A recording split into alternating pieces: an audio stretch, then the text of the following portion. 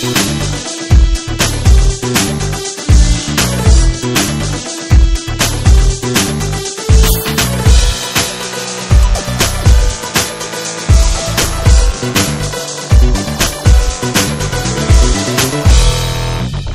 and welcome to the Computer Game Show. My name's David Turner and I'm here with Matt Murray. Hello. And James Farley. What are you saying it like that for? I don't know, I just wanted to see if you still had a grudge from last week, to be honest. No, it's fine, I'm not bothered. Go on. Lots to talk about this week, so let's get straight into it. Feedback. Matt, what we got? Steak _attorney on Discord. I listened to the feedback part of the last episode just now, and I've got to say the only thing keeping me from turning off was the fact that I was on my bike and I couldn't operate my phone. The show really seems to disintegrate into three people picking on each other in a very mean-spirited and petty way. No harmony or flow anymore on the podcast at the moment, which makes it a hard listen. I'll carry on with some more. Okay. Tigerland. I haven't listened yet. He's saving for the plane home. Fancy, la-di-da. But Steak Attorney's feedback is where I am after the last few shows. Happy to give the show some time to find its groove. This is the 78th episode. But the feedback is a bit tough to suffer at the moment. Okay. What? The feedback part of the show they're not happy with? Yeah, I'd imagine so, yeah. I think, what was it that Matt, was particularly... You should just continue, because it continues on. Yeah, I'll continue. Okay. Steak Tony comes back. Yeah, that's why I like Joypod more, because Mike knew how to stand up for himself. Really? That's laughable, but... Yeah, it seems like they're not having... Yeah, Mike didn't do it at all, did he? It seems like they're not having fun anymore. That's the problem. Everyone is too wary not to expose himself or get laughed at by the other two. Maybe... Hang on. Has he listened to me talk? Because that's clearly also... James lets it all hang out, mate, and then takes a beating every time. Yeah. It's beautiful. Then Steak Tony goes on, can't wait to have my brilliant and frankly poetic thoughts read out in a mostly bored voice, probably prefaced with a sigh, and that's too long. Now, I'm going to assume he's talking about the email section there, not the feedback section. He's got me there. That's true. Steak Tony goes on, I don't have a problem with the argument per se, it's just the level and the way the arguments have shifted, so that it's less about a topic and more about personal strikes against another person. I don't claim to be right, it's just how I feel. So there's a suggestion, get a silent fourth member on the podcast who assumes the role of Farley's argument helper. During recording, he sits beside Farley, whispers in his ear to transform his often quite good thoughts and approaches into a compelling argument. And one last one, Zafri. With regards to the arguments on the show thing, I don't think the way the guys are with each other has changed. It's just that having three people instead of four leaves Farley... it's just having three people instead of four leaves every debate 2 versus 1, which means someone is always the odd one out and the other two gang up on them. When there was 4 people, it can often be 2v2. But particularly often Sean saw things from both sides, which felt more even and less like the odd guy out being picked on. See, that I question as well, because Sean mostly just kept out of it. He didn't really do that so much. He did get away with a lot, Sean, didn't he? Yeah. Which is horseshit. Yeah, I'm glad to see the back of him. I'm not sure how you fix this, or even if you need to, as I don't think people are acting differently. It's just that the nature of the free hosts and artificially altering themselves would be a detriment of the show, and in the long term, perhaps getting back to a 4-man team would be better.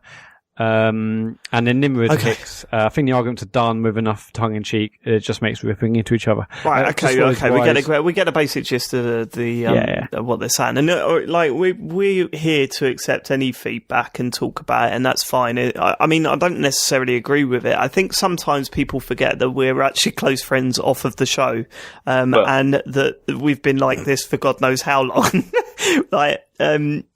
I mean, I've always enjoyed arguing with James, and it's always boiled over. It's just now that there's a microphone in front of our mouths, and we can record it and put it out there. So I don't think there's any point. At no point have we turned around and taken it personally. Have you? It's true. James? I mean, no, I don't think so. I mean, there was that. I remember one of our first meetings, we were like arguing with each other in that restaurant. And then, we then became aware that the restaurant had kind of gone silent because we were like saying, "You're a fucking idiot! You're a fucking idiot!" I don't know. It's what we didn't want to do, and I don't think it's like I can't, if James comes out with some horse shit, which happens a lot, let's face it, I can't just sit there and just go, oh yeah, really? Oh yeah, good point. That's not what we want to do. We don't want to be a podcast where we all nod along with each other. Now, if James says something that makes sense and that I agree with, then I'll say that. I'm not forcing the issue of trying to have rows. We're all ears. It's just fucking well few and far between is this point. This is what they mean. You're just being nasty now. Go on, just move on. Shut up. A little bomb that goes off as well in that flurry of feedback is that, you know, James clearly doesn't know how to argue, and that is so true. I mean, I've told you this a million times, James. You get way too emotional when you argue and way too defensive. So if I'm making a point, you go, no, without having like a counterpoint already queued up. You do need to work on your arguing skills, I think. Yep.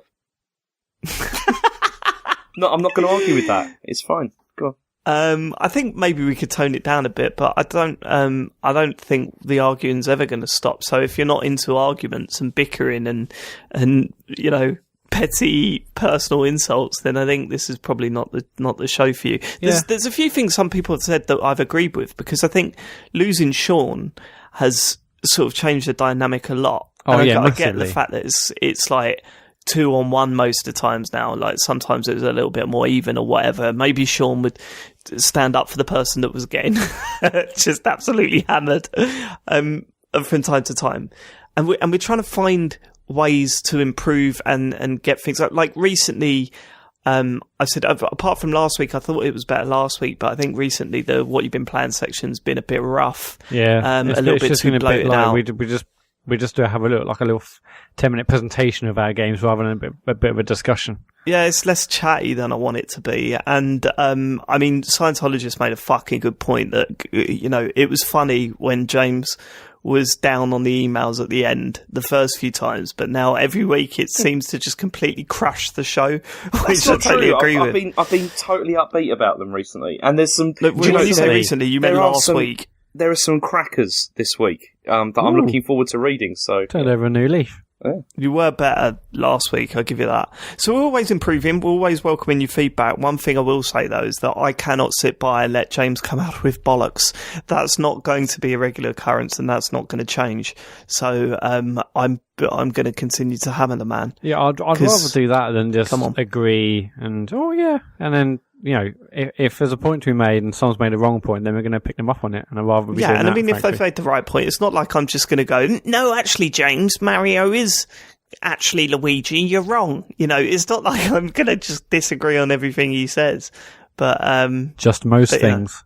Just most things, because I don't agree with it. We obviously had that feedback in the Discord, but we asked those guys if we can put the comments in the show, and they said yes. I don't think we're just like ripping these guys for a big fat sweaty laugh. We asked them, and I'm not ripping them, because if that's their opinion of the show, that's their opinion of the show, and they're totally valid to it. I'm not like attacking them. Oh yeah. We're only here to try and create a good show, and if this makes us better, or we make changes, or we don't, whatever. We're trying to create a good show. That's all we're here for, really.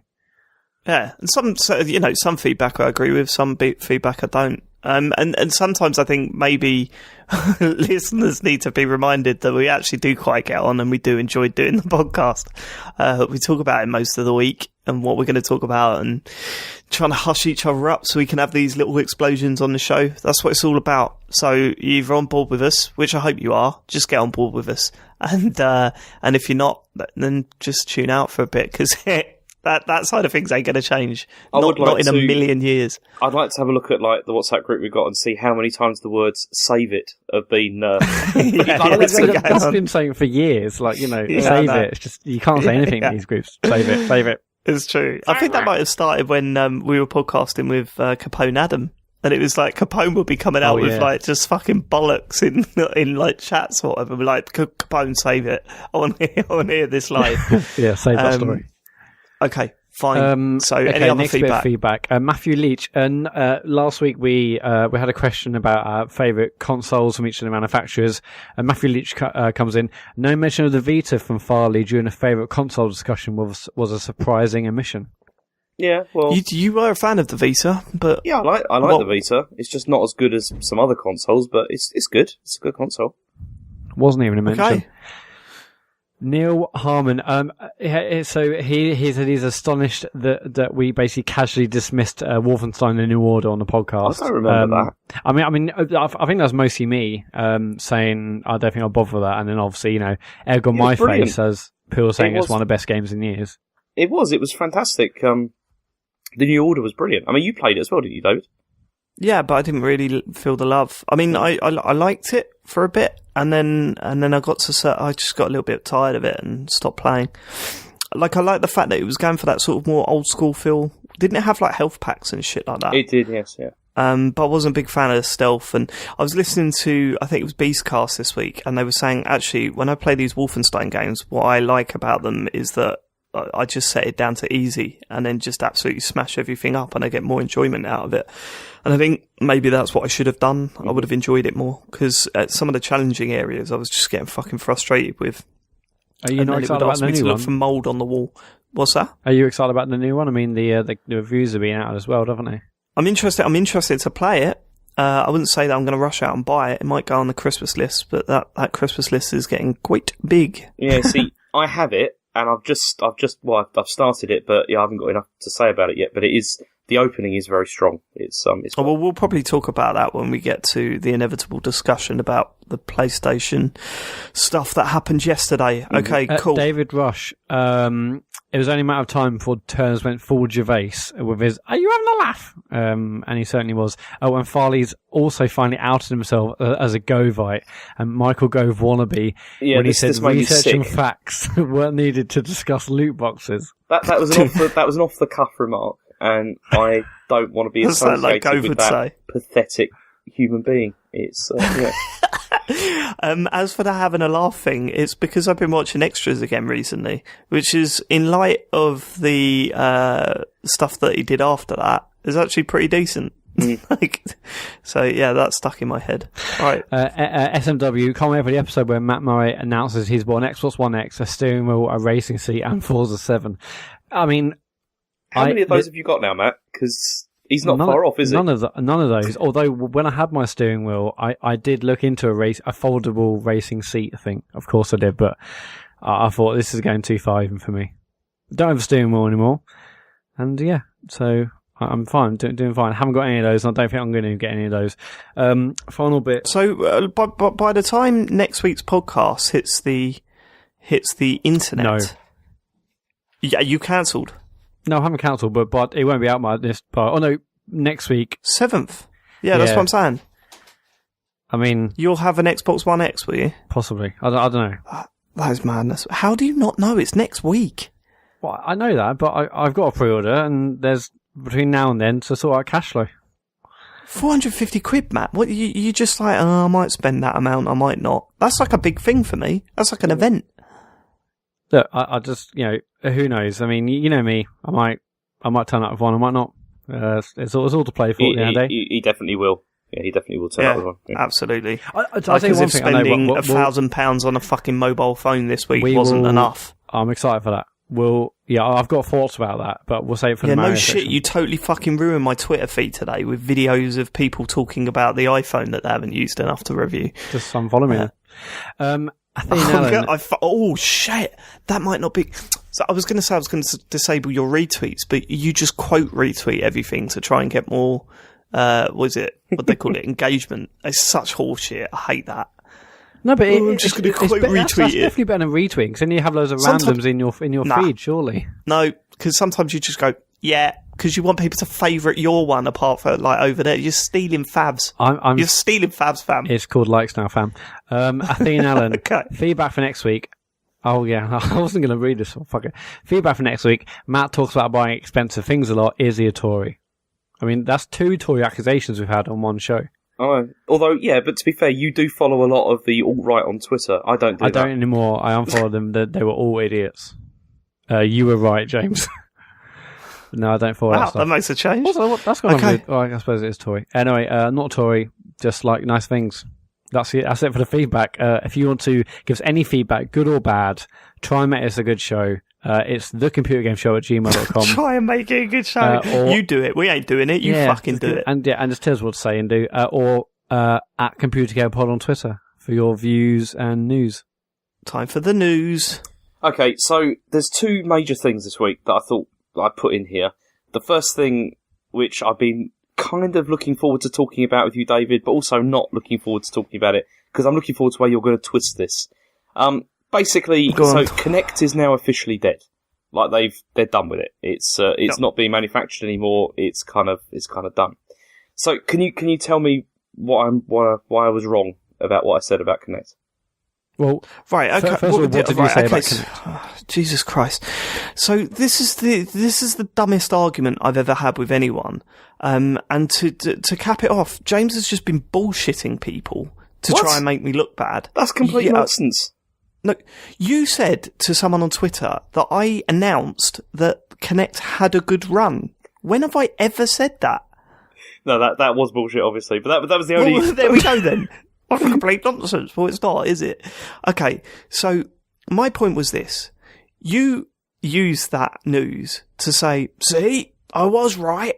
And I was saying, well, no, actually, James, you announced that it was dead about 3 years ago. So when is it? But you've literally just reported that it's now officially dead. Let's unpack this a bit, shall we? Because I think we ought to think about what we were talking about here. Because my argument, 3 years ago... Mm-hmm. What? Go on. Okay, so my argument was 3 years ago was that the Kinect was dead. And this was the point where they decided to decouple it from the Xbox as being like you didn't have to have it and it wasn't connected. My argument at this point was that as a game controller, as something that is needed to play games, the Kinect was dead, like 3 years ago. It was done. That's not what you said. You said it's dead.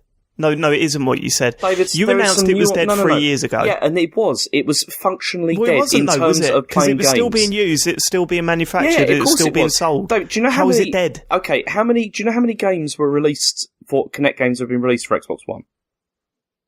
What has that got to do with anything? Because I'm talking about how many games that this peripheral was supposed to support, and the fact that the whole vision for the Xbox One was that it was supposed to be Kinect, and Kinect was supposed to be an integral part of this system. And then 3 years ago, they decided to remove it, and from that point, as a game controller, it became irrelevant. It became an irrelevance. Yeah, but that wasn't the argument, because I was specifically pointing... No, it wasn't. It was. Right, okay, I'm going to have to find the original conversation and transcribe it or something, because I mentioned the point that it was still being used as as a OS. UI. Yeah, exactly. And I totally agree with that. There's no problem with that. But we both agreed. We both got come to an agreement that when the port was removed from the S, was it? It wasn't even added. Yeah, they didn't have it. That's when you could pretty much say, the Kinect is dead. They ain't doing anything. But not 3 years ago. No, 3 years ago was the point at which they decided that they weren't going to bundle the two things together. That was the point to which the whole concept of the Xbox One ended, of like what it was originally supposed to be. Because the Kinect was not supposed to just be about controlling the UI. There's no way that it was supposed to be just that. Like, no one's saying it was. I know, and that's what I'm saying, but you're saying that I said at that point that it meant that it's dead as a games controller at that point. No, yeah, but that's not what you said. That is what I said. It was dead, and I was saying, but it's still being used for the UI. It's still being sold. It's still being manufactured. Still being used for voice control. Still being used for but again, for those streaming, things, though, for face cams. But that's irrelevant. It's still the whole purpose of the Kinect. Irrelevant. No, it isn't. It is, because the thing with the Kinect was it was not supposed to be just for the UI. Do you want me to give you some quotes on this? And no one's saying it. What? Like, no one's arguing that point. That is, they fucked up. I think Kinect was a disaster, and it should never have been put into Xbox One. I agree with you on that, right? It should never have been bundled into the Xbox One. I mean, the way I'm thinking now, right, and what really shows how bad they fucked this decision up is, I think you look at the voice control stuff. If they'd have focused on that, the whole Kinect, remove the camera, remove all the motion control stuff, get rid of that and just keep the voice control. That would have been that would have been brilliant for the Xbox One. It genuinely would. Yeah, absolutely. I agree. And that's being proved by Amazon at the moment. People are excited by that. Really, because PlayStation's voice stuff is rubbish. It is, and But people are bringing Amazon Echo into their home, and I'm seeing those things everywhere. Now, imagine if there was essentially an Amazon Echo in your Xbox One. That would have been brilliant. I think it was a terrible decision at the time. I wasn't. I can't remember if I was negative or positive about it. You were very positive about it. You were very positive. I was positive about its implementation. I don't think I was positive about it actually being bundled in with the Xbox One. There's a difference. I mean, when I first got my Xbox One, hooked up my Kinect and used it for voice controls, I loved it. I thought it was brilliant. I was turning my TV on with it. I was changing channels with it. I was pausing stuff with it. I used it all the time. I thought it was fantastic. Unfortunately, the hardware wasn't brilliant and it seemed to die after about 7 or 8 months. I got it replaced and my second unit died after 7 or 8 months. It was a fucking pain in the arse. The hardware wasn't up to standard, in my opinion. What I'm saying is that they were still using aspects of Kinect up until recently. And I think the release with Xbox One X, that's when they're saying, okay, cut it. We ain't going down this path anymore. No, we're not going to use it alongside the main hardware. And they've stopped manufacturing it this year, not 3 years ago. And you're saying it was dead as a game. Hold on. You were saying it was not. You're saying now that you were saying then that it was dead as a games controller. And I would have agreed with you because there was no games coming out with it. I agree with you now. But that's not what you were saying. You were saying Kinect's dead, it's gone, it's dead. Yeah, because the thing is they're still using it. Yeah, but people were still using it for UI stuff, that's true. And Microsoft have obviously learned a lot from the Kinect in terms of doing stuff like the voice control and stuff like that, which is all useful. But the Kinect was supposed to be so much more than that. It was really supposed to be more than just controlling the UI. It was supposed to be the whole reason for the Xbox, and that's why when they removed it, it ceased to be that, and it becomes dead. I mean, if you look at Harmonix, they were working on Fantasia games at that time when the announcement was made, and their immediate response was, "Oh, great, that's super great," and because they knew that this is basically at that point Kinect is dead in terms of being for controlling games. It's because nobody's going to have it anymore. But my point is this, right? When you called it 3 years ago, it was still being sold. It was still being made. Yeah. I don't know how you can. I don't know how you can call it. I don't know how you can call it dead 3 years ago and then dead this year. Let's put it this way then. It's dead in terms. 3 years ago, it was dead in terms of what Microsoft envisaged the product was going to be. I mean, I would argue that it was even before that, but okay. Yeah, and that's what I was arguing at that point. No, it's not what you were arguing at that point. You were saying it was out and out dead. It was clearly it was on live support when they took it out of the bundle and whatnot. But I mean, I know Kinect was unpopular, and particularly when it was announced for Xbox One, and people saying cameras in the house, blah blah blah. But I love my Kinect for my 360. I love Dance Central 1 and 2. I think Kinect Sports 1 and 2 were both brilliant. I liked that. Go on, keep grabbing those straws. Yeah, hang on. And I was trying to think of that. Is it Child of Eden? I like that. I thought that was good as well. Yeah, but that was better to be played with the pad. Well, anyway, I'm just saying, I certainly got my money's worth for the 360 one, and the Xbox One I didn't really bother with. I mean, I think I'd still be using Kinect now, if the actual unit worked. If the unit worked, I'd still be using it for voice control stuff. Launch this game, Xbox, record that, all that sort of stuff. And yes, it would have been better if it was more of a Amazon Echo in a console. That sounds brilliant to me. Well, that's what it should have been with Cortana or whatever they're working on now. I mean, it should be able to do that. It should have been, but it's worse. It should have been with Xbox One X as well. You'd have thought with the success of Echo, they'd have thought, okay, let's do that thing then. Let's do the voice control thing. But for fuck's sake, I don't get why they've pivoted, haven't they? They've renamed it as Cortana now, and they're using the Cortana voice assistant that they've got in some of their other products, and it's very clear that they're trying to do that. Yeah, but how do you do that on Xbox One X? It's really bad though, isn't it? Because you have to, if you want to use it, you either have to have Kinect hooked up, or you have to use like a microphone, like, connected to headset, your pad or whatever. It is. No one's going to do that. I mean, I still don't understand why they didn't just put like a mic in the unit. Because that's what I'm saying, man. I mean, it seems way too obvious now. Unless they were just worried about the privacy stuff, it's... Yeah, but Kinect's got a microphone, so... Maybe they're concerned about the price. Like, we can't put a mic in, because that's really going to make this console a bit too expensive. So let's just whack a whole lens and 3D motion sensor thing in there.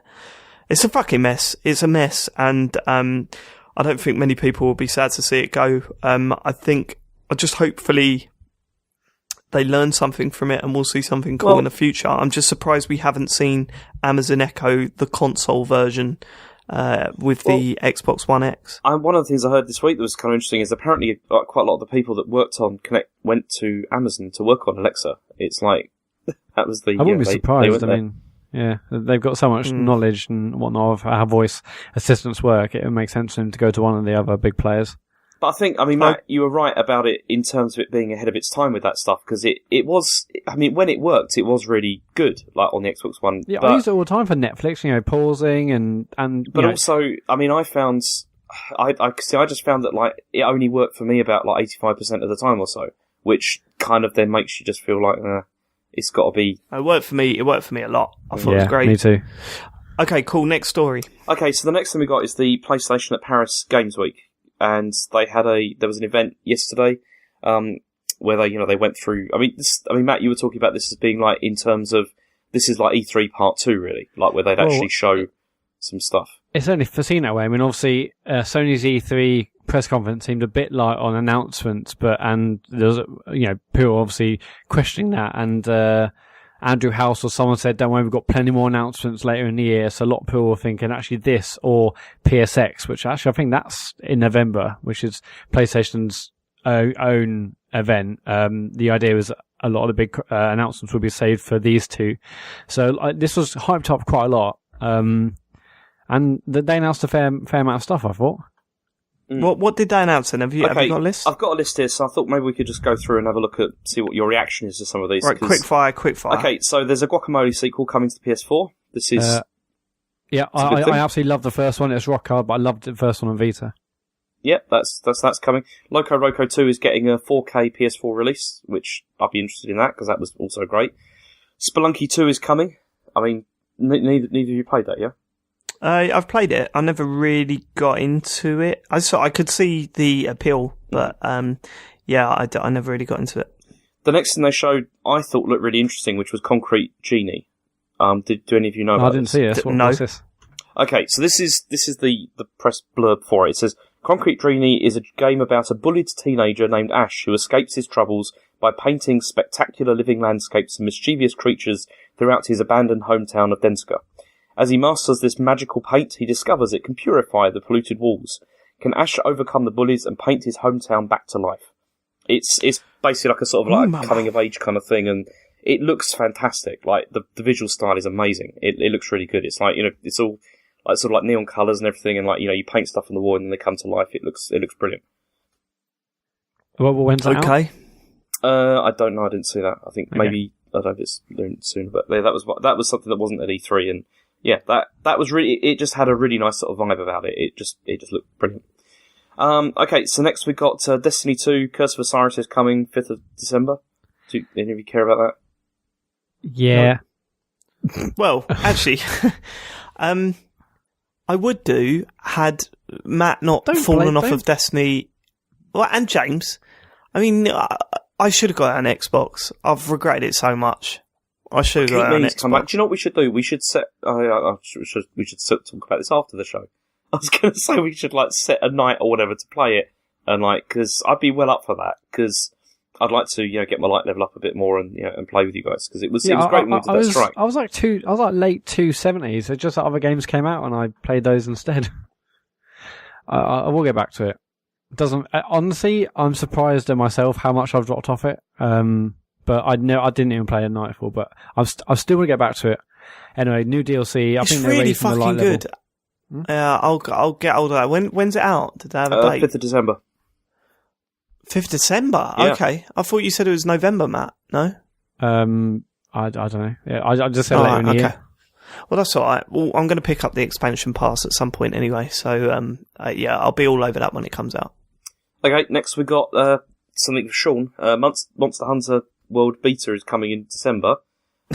Sean, if you're listening, fuck you. We ain't bothered. We ain't going to talk about it next. But no, you can play as Aloy from Horizon Zero Dawn in it. And I thought that was quite a cool little crossover. Yeah. Okay. Okay, so then we had more Spider-Man, which obviously looks fantastic. Ditto God of War, that looked pretty good still. Did they confirm release dates for either of these, or are they just 2018 still? You're asking me for too much information, Matt. I don't know. Okay. Okay, and then we've got Call of Duty World War II was next. They showed quite a bit of that, and basically the upshot being that PS4 is getting DLC first. But what's the buzz been with this? Because I kind of get the impression nobody seems to really care about this. No, it's going to sell bucket loads. Mm-hmm. It's Call of Duty. It'll do better than last year, I think. Mm-hmm. I'll be honest with you, I'm quite looking forward to playing the campaign of that, stripping away all of that shit sci-fi bollocks that was in the past two. I really didn't. I've said a million times, it used to be tradition. Once a year around Christmas, I would sit and play Call of Duty, the campaign from start to finish. And for the past 2 years, I haven't done that. So I'm bang up for getting back into that again. Because it just strips away everything that I hate about the modern Call of Duty campaigns. Did you play any of those campaigns though, Dave? Which ones? Well, the ones for the last 2 years or so. I started, I can't remember, was it Advanced Warfare 2 years ago? I started that, didn't get on with it. And then I played one level of Black Ops 3 and was like, nah. It was the best level, apparently. Because if you remember, you could play them in any order. They all just unlocked. It just made no sense. So not enough to truly give an opinion on it, but enough to say, nah, I'm not going to enjoy this, so I'm not going to bother. Yeah, I mean, the one from last year was quite good. I quite enjoyed it. That was the one that was actually completely set in the future with in space and everything. And it was, but unfortunately, it seems that it was below expectations, and I don't think they're going to go back to that. Well, I used to play those games feeling like a soldier, and it turned out that you were actually James Bond. You know what I mean? And it was like, I don't want a James Bond game. This stupid little when did that happen? Was that when Modern Warfare came out? Is it that's when it kind of pivoted over to that? No, well, yes and no. You become more of a Modern Warfare. You still felt like part of an army. And then you had Modern Warfare, World at War obviously was really good. The 3 Modern Warfare game campaigns were decent. Black Ops 1 and 2 was pretty good, if I remember correctly. Yeah, Black Ops was good, the first one. I think it was Advanced Warfare where it went too far with it, where it was just action hero, rather than and actually having something to say about war and all that sort of shit.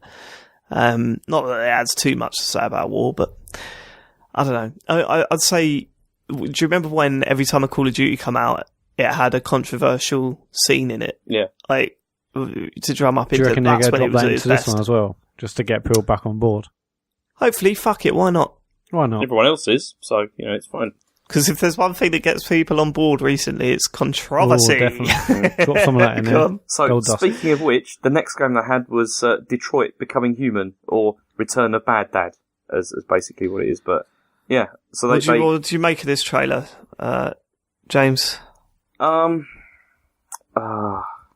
See, I don't know. I'm not sure where the discussion's going to go with this, because there's been, since the trailer came out, there's been an interview that David Cage did with Eurogamer, which was quite interesting. Well, we'll get to that. So the trailer is one of these robots that the game's based on. The whole game is androids that have emotion. And by the looks of it, you're controlling these androids and adding your own emotion into it. And the scene that played out was based around domestic abuse. It was an abusive father that had split up with his wife and single parent to a little girl, and he's got one of these robots to look after the little girl, and then he starts hitting the little girl or his daughter.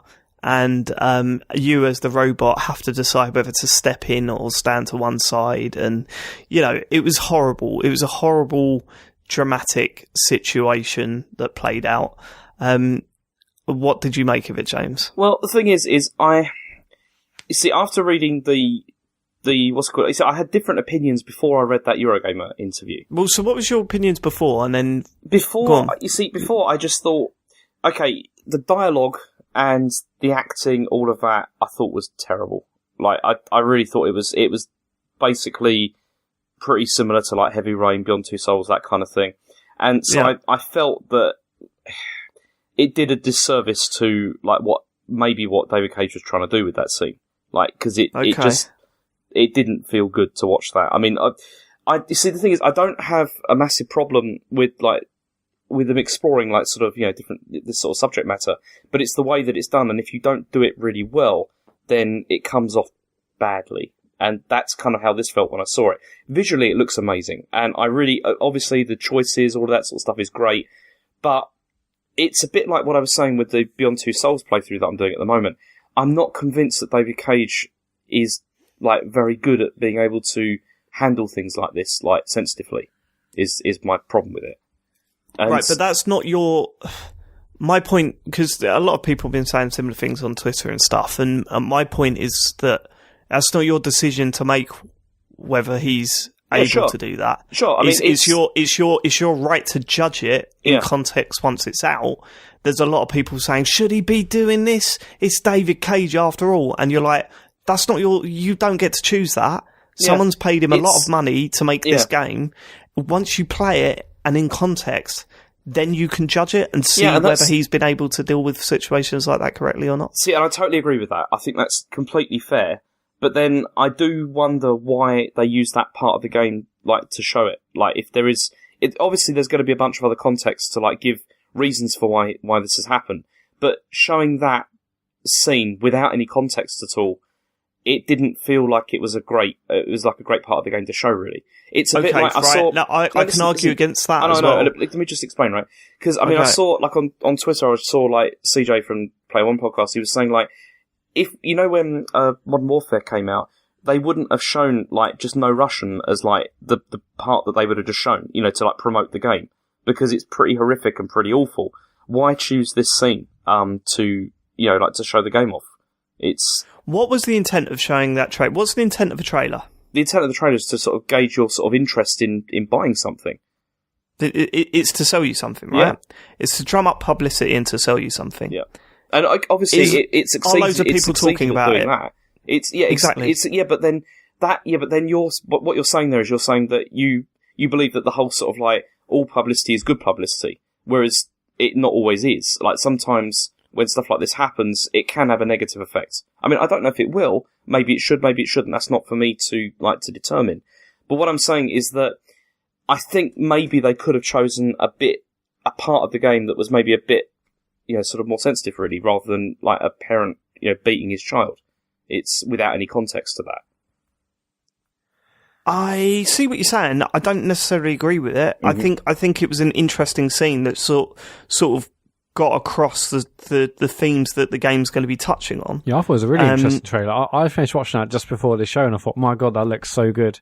Same. I do love, genuinely, I love themes of AI and how they might fit into modern society. Films like Ex Machina, and I guess films like Blade Runner and whatnot. I love that concept, and that really fascinates me. And this feels like it's another one of those. It's how AI and robots integrate with modern society, and then how do they find what is their place in modern society? And I think this trailer, yes, it is quite heavy, but that made me think, wow, it's dealing with some big subjects. Sure. Whether David Cage can or cannot write that, I don't care. I just want to see. I just want to see how it's done. And that I mean, I was always going to like Detroit anyway. I loved Heavy Rain back in the day, and yeah, I'm really, really excited about it. So I think it looks great. It definitely. Maybe it's just only because recently you played Heavy Rain, but I can see. It feels like Heavy Rain which is fun because I liked Heavy Rain, but it feels very much like that hasn't moved on. I'm not even quite sure how it does. I don't know. I'm not sure it's like the style of the graphics or whatever, but it feels very much like how I remember seeing Heavy Rain back in 2008 or whatever it was. But yeah, totally. And I never got that feeling with Beyond. I never got that feeling with Beyond that it was going to really fuck around with your actions making a difference. And whether Heavy Rain achieved that or not is probably didn't to some extent. There was a lot of sort of smoke and mirrors and stuff, but I'm willing to see how far this goes to accommodate your decisions and your choices that you make within the game, and having an emotional reaction to what's going on with these, heavy subjects. Definitely, yeah. So, although I've got my concerns because, it's David Cage and we can go off of previous experience with his games and whether we like what he does and so on, we all know that he's got some faults when it comes to game making. But also with writing as well. I mean, like the way he writes characters, the dialogue. It's totally, been years. Totally. He might have. I'd like to think he's improved. And I don't think he has, because if you look at the difference between okay, I'm not going to say any more because obviously no one knows. I can't. I think it looks like a great trailer. Yeah, I mean, because I can't judge what this is until I've actually played it. It's impossible. But I mean, what did you think of the Eurogamer interview? Because there was one bit in that I thought was really interesting. Let's actually describe and say what was said in the interview first, I reckon. Well, okay, right. So there was an interview that went up on Eurogamer today. It was written by Martin Robinson. I got to admit, I did not like the interview. It seemed to go in with an agenda and one that I completely stand against. And it kind of, I was reading it and just thinking, this is fucking ridiculous. Like, why are we chastising this guy? Yeah. I mean, at this point, it makes no sense to me. Like, but the bit I found really interesting, can I read the bit that I thought was good? Cause it's, yeah, sure. So it says here, so the interviewer says, domestic abuse and child abuse is quite extreme as things go. And then Cage says, let me ask you this question. Would you ask this question to a film director or to a writer? Would you? And then the interviewer says, yes. And then he says, you would ask the same question? And he's like, yes, I'd ask the same question. Why is it interesting to you? Why did you want to explore domestic abuse and child abuse? Now, the thing is, I mean, that is obviously, he is looking at, like, the interviewer is looking at this from a certain angle.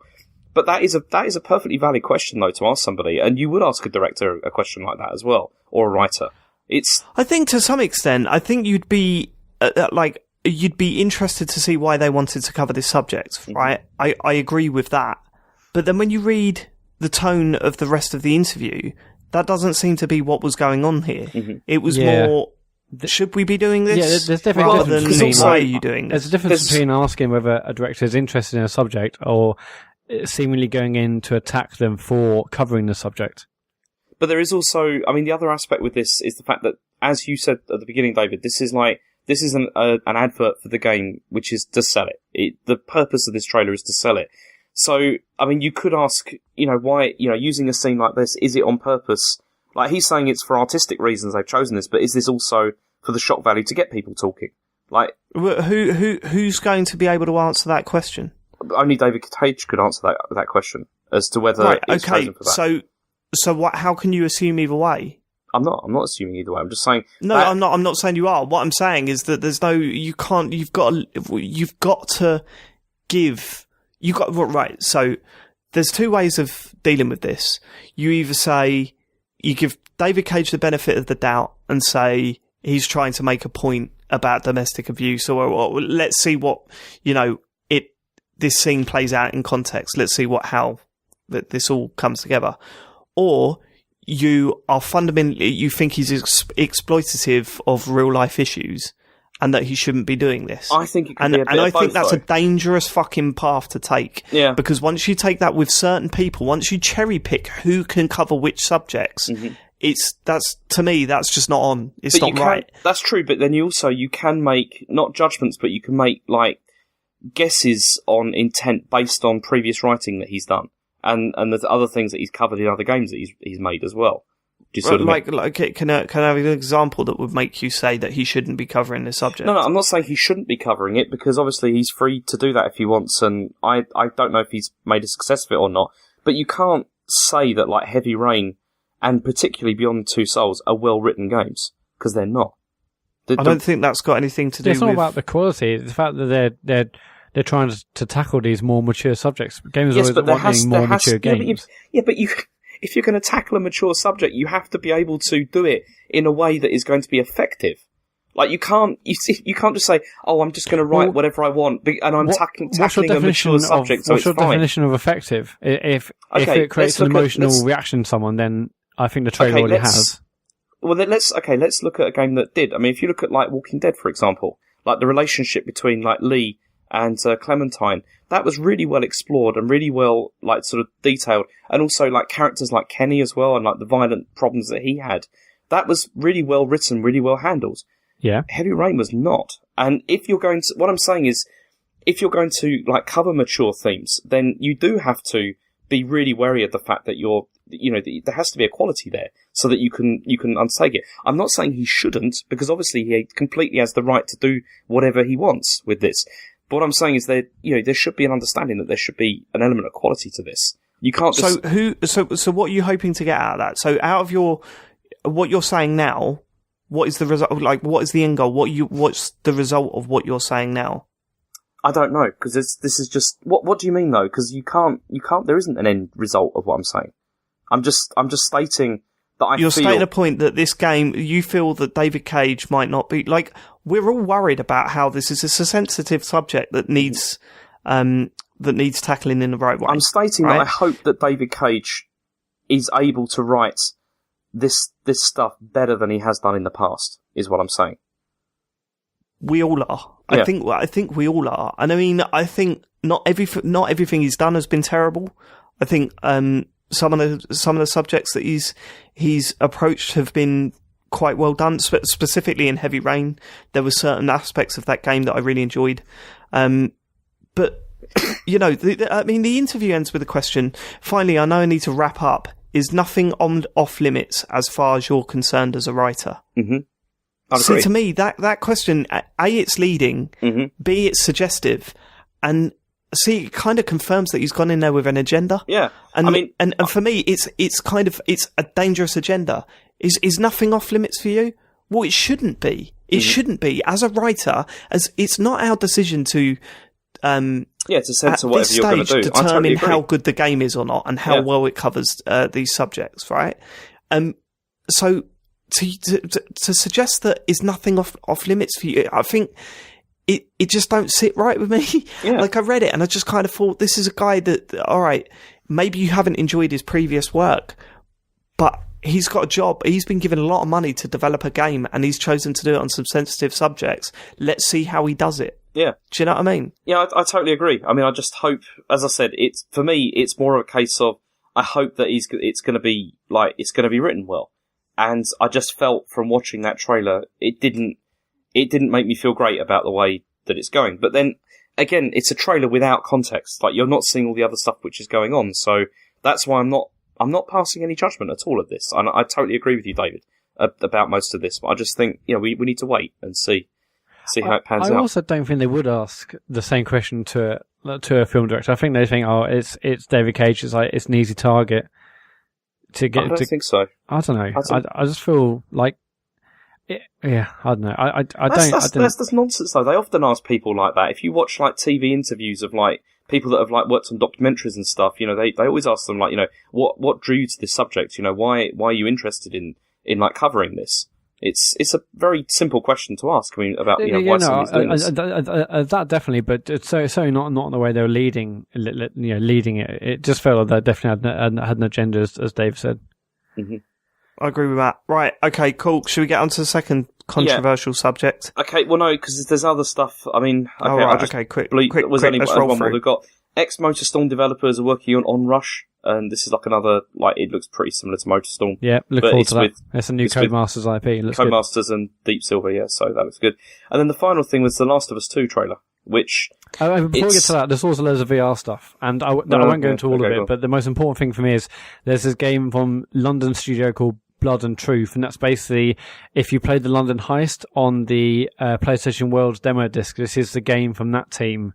And loads of people, myself included, played that demo. It's only like a half an hour or so. a game you play where there's some shooting and there's like a car chase. But I think everyone thought this would be great as a full game. It looks like they are turning a lot of the ideas of that demo into a full game. So Blood and Truth, I'm really looking forward to. There's also a surprising decent VR segment. So there's at least 5 or 6 titles that I thought looked really good there. Yeah, it was promising, wasn't it? Yeah, definitely. Loads to come. Cool. The VR stuff did look good, actually, Matt. I was quite impressed. There was... I like the fact that you're talking to Matt like he's actually worked on VR. No, because I know he's got a stake in this. No, that did look good, Matt. Well done. I know he's got a stake in it because I know he's like really into VR. But it did look good. There was a lot. And also, it's just the amount of content as well. I'm impressed. They're trying to push things forward, and it looks good. Anyway, Last of Us 2. Yeah.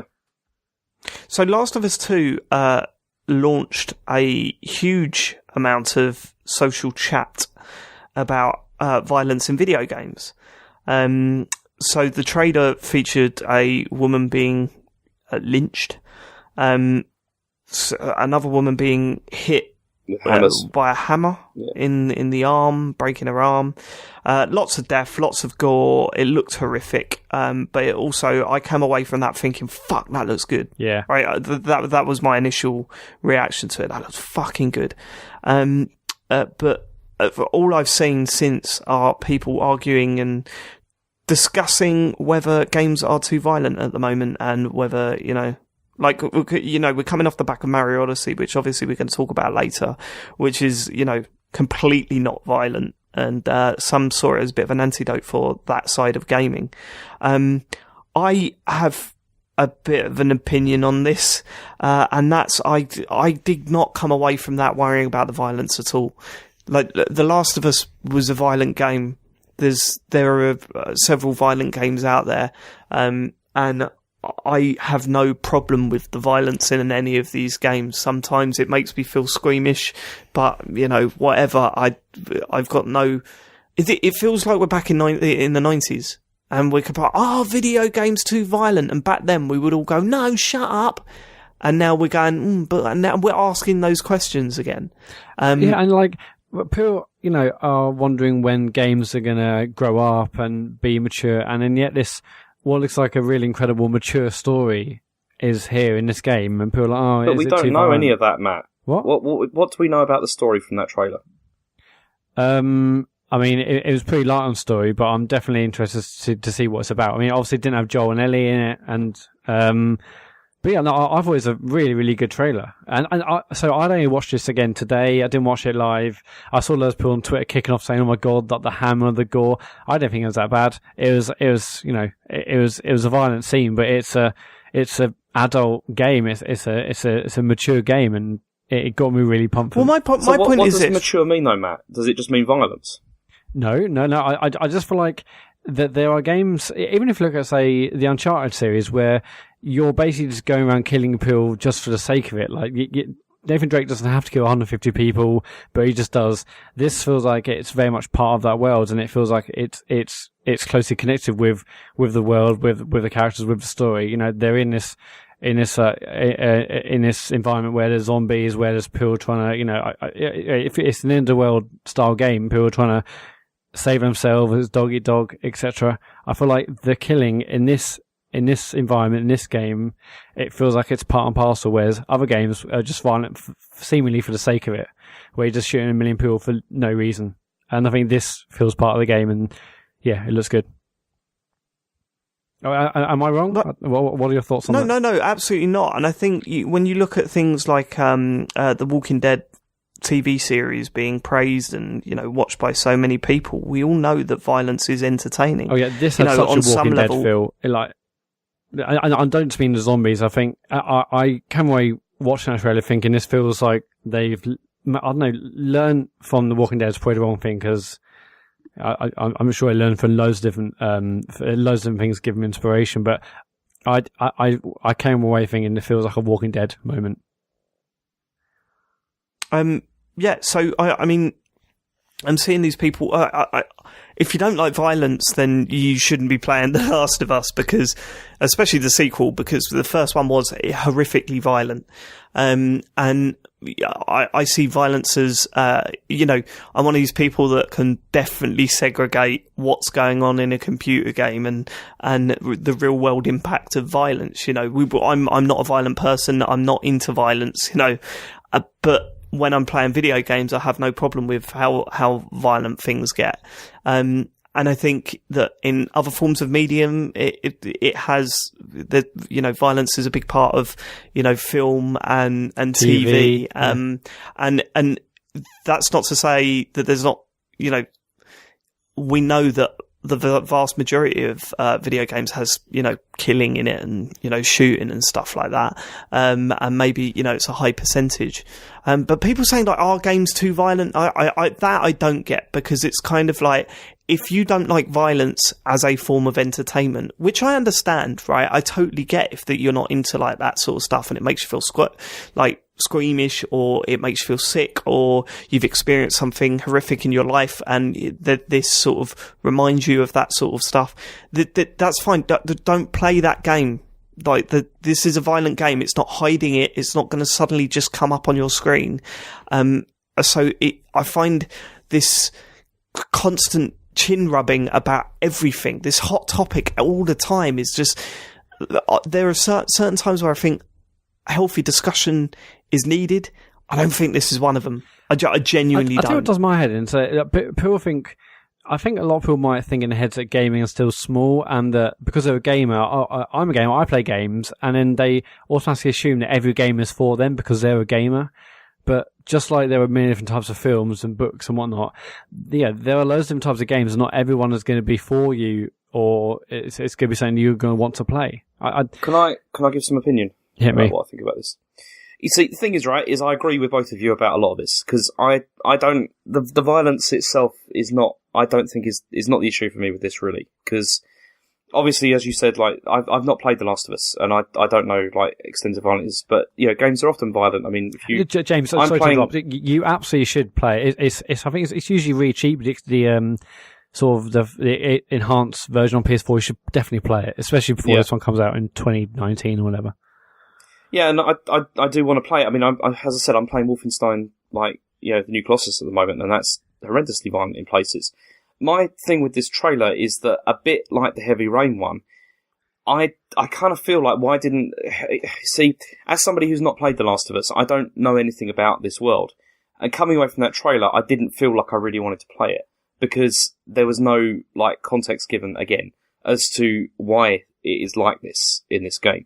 It'd be a bit like with Wolfenstein... No, listen, it'd be a bit like with Wolfenstein, if, at the beginning of Wolfenstein, there is a really horrific scene, which is has not been in any of the trailers or anything at all. And if you just showed that to people, they'd be thinking, what kind of a game is this? What is going on here? And this is my issue with this, is it just feels like, first of all, they could have put a bit of a warning at the beginning of that trailer, because if you're watching, I mean, at the time of the day that was on, anybody could have been watching that as well. And if you're watching stuff, all the trailers before that have been pretty, not kid-friendly, but they've been, pretty reasonable, kind of. And then suddenly you go to, a woman having being hammered, with her arm's been broken. It was a bit of, a leap to that. And I think what it is if you played The Last of Us, then obviously you understand the context for all of this. For people like me who haven't, I don't see why the violence is happening in this way. And like I said, I'm not against the violence in the game at all. I can understand why they've chosen, made that as a decision. But what I don't understand is why they chose that section of the game to show to people who maybe hadn't seen it, because it just seemed... So for me, at least, I was so intrigued with what was going on in that trailer. Mm-hmm. I mean, from the moment where one of the characters refused to cut the woman down initially until she was told to, and then even then she questioned it. She said, but she's one of those, and I want to know what that's all about. Mm-hmm. I played through The Last of Us. We all know that the world's gone to shit, and it's, one of those situations where it's like, what's worse, the Walking Dead monsters or the people? Mm-hmm. Right? We get that. So I knew going into it was going to be a violent game. That scene just confirmed to me that they ain't fucking about. Mm-hmm. And I'm dead on board with that. I can't wait to play that game now. Yeah. It just seemed the scene was interesting. It felt unique. Nothing like I'd seen before. The characters and the way they were talking about each other was really interesting. And it showed them that we ain't fucking about on this one. See, and before excited. I found out what it was, do you know what I thought the game was? I thought it was for a second I thought it was another like Tomb Raider like thing, because like with the original reboot of that like recently, and there was that whole thing about Lara being like there being a lot of torture and stuff like that. It felt a bit like that again, and that's why I didn't know it was The Last of Us when I first started watching it, and I just was like, what is this? This is like super grim, like up to what we've already been seeing, and that was my issue with it. I just think maybe they could have shown something. At least provided a bit more of like what the reason for what was going on. But how can I suppose the thing is that you've not got there's no, and I'm not having a pop. You've not got an answer for that because A, we don't know what else is in the game. Yep. B, we don't know how much of the stuff could be completely ruined by anything else they've shown in the game, and they can't stand there and give you context before they show that scene. But they can choose to show something which isn't so horrific. Like, right, okay. What should they have shown? To people that who have no idea about what this sort of game is about. Like I said, this is the reply, right? What would they have shown? Well, they could have followed what Wolfenstein have done. I mean, Wolfenstein, everybody knows, is obviously like another is a violent game, but the trailers have been the way that they're cut doesn't sort of show this a sort of a grimness to it. It just sort of demonstrates what the game is about. And you get an idea of that, but they don't show the scenes which have real sort of emotional impact as well, because it's horrific. I will say one thing. I mean, unlike say a film trailer or any game trailer, this was not a trailer. This was an extended scene, and so it's always going to be hard for them to show any sort of context because it's a scene out of context. So, but I would have this isn't the sort of thing we were watching on Twitter and Facebook just before launch, was it? It's not like as you say, an advert for the game. Yeah, it was here's a scene it is an advert for the game. It's still an advert for the game. It is in the sense that they're showing a new bit of media about the game to advertise that the game's coming out, but it's not a carefully constructed and cut trailer that might have a small narrative, even if it's just over a minute or two, that might show a character or the game or the environment or the location. Exactly. If you're showing this to potential people that maybe be interested in doing it, wouldn't that have been a better choice to go on something like that? Obviously, Last of Us, it's sold. It's everyone knows. Well, loads of people know Last of Us, even if you haven't played it, and I think they probably allow that to speak volumes rather than having another trailer that tries to set up the world. I think that they probably think Last of Us is a big enough name, and people know enough about it for this to do what it needs to do. I mean. Yeah, but there was no exactly. But then at the beginning of that, there was no indication that it was The Last of Us. It didn't come up at the beginning and say this is The Last of Us or whatever. So I had no idea what the game even was, and all I saw was a woman being really brutally treated, and just thinking, why? What is this for? All I know is that I as a Last of Us fan, I watched that trailer and thought, yeah, I'm fucking pumped for that game. Yeah, me too. So it must be working on some also, level, right? It just graphically it looks stunning. I know it's like a cutscene or whatever, but yeah, the motion capture, whatever, it just looks so good. And none of those characters I'd seen before. They obviously didn't have John Ellie from the first one. I can't wait to see that again. I want to go dark on that now, though. I mean, I don't think they've even confirmed a release date. It's probably 2018, 2019, or probably 2019 at this point. But I sort of want to avoid everything else now because I know it's going to be incredible. I don't want to see anything else. I don't want anything else to be ruined. But my God, yeah, that trailer got me pumped. It's going to be so good. Yep. Okay. Right. That's probably that talk to death. Are we done? Yeah, we're done with that. So now we've got what you've been playing. What you've been playing. So let me just talk about this one to start with. I have been playing a game on the Nintendo Switch called This Is the Police, which is a sort of strategy. I don't know. It's hard to explain. It feels like what was that game? Papers, Please. It feels a little bit like Papers, Please. It's a little bit more complicated than that. So you play as chief of police. You run what the police do on a day-to-day basis. And you have just handed your notice in, or you're being fired, but you've got notice to work off, and you've got to make some moral choices about how you run the police force, whether you have the opportunity to be corrupt and do certain things with the police to earn you a little bit more money before your retirement. You've also got the opportunity to send out police on certain... It's weird, right? So the main part of playing the game, you're overlooking a city, and I really like the way it controls, actually. You've got... you basically flick up menus with the ZL and ZR, and you read text. It's all sort of text-based, but there are some visual stuff that's going on. You have two sets of police officers. Some of them are shit, some of them are good, some of them have personal issues, some of them are trying to get out of work by giving you excuses and stuff like this. And a crime will come in, a crime will be reported, and you decide which of those police officers goes to investigate that crime, and which of them are, they've all got skill sets, so you've got to work out which ones are the best ones to send, and so on. That part of the game is brilliant. You get your report, you decide who you're going to send, you send them, and then you read what happens afterwards. The presentation's beautiful. The task that it slings at you sometimes is ridiculous. It's not there to reflect how to run a police force. I've been given a task from Town Hall saying there's a big problem at the moment. There's racist gangs just beating the shit out of black people. We are asking you to fire all of your black officers by the end of the week. And, that makes you go, come on, that would never happen. But at the same time, you're like, shit, what should I do? I don't like the idea that, I'm keeping these officers on, sending them out, and they might get murdered. But at the same time, I ain't going to be firing them all. That's pretty fucked up. So it throws sort of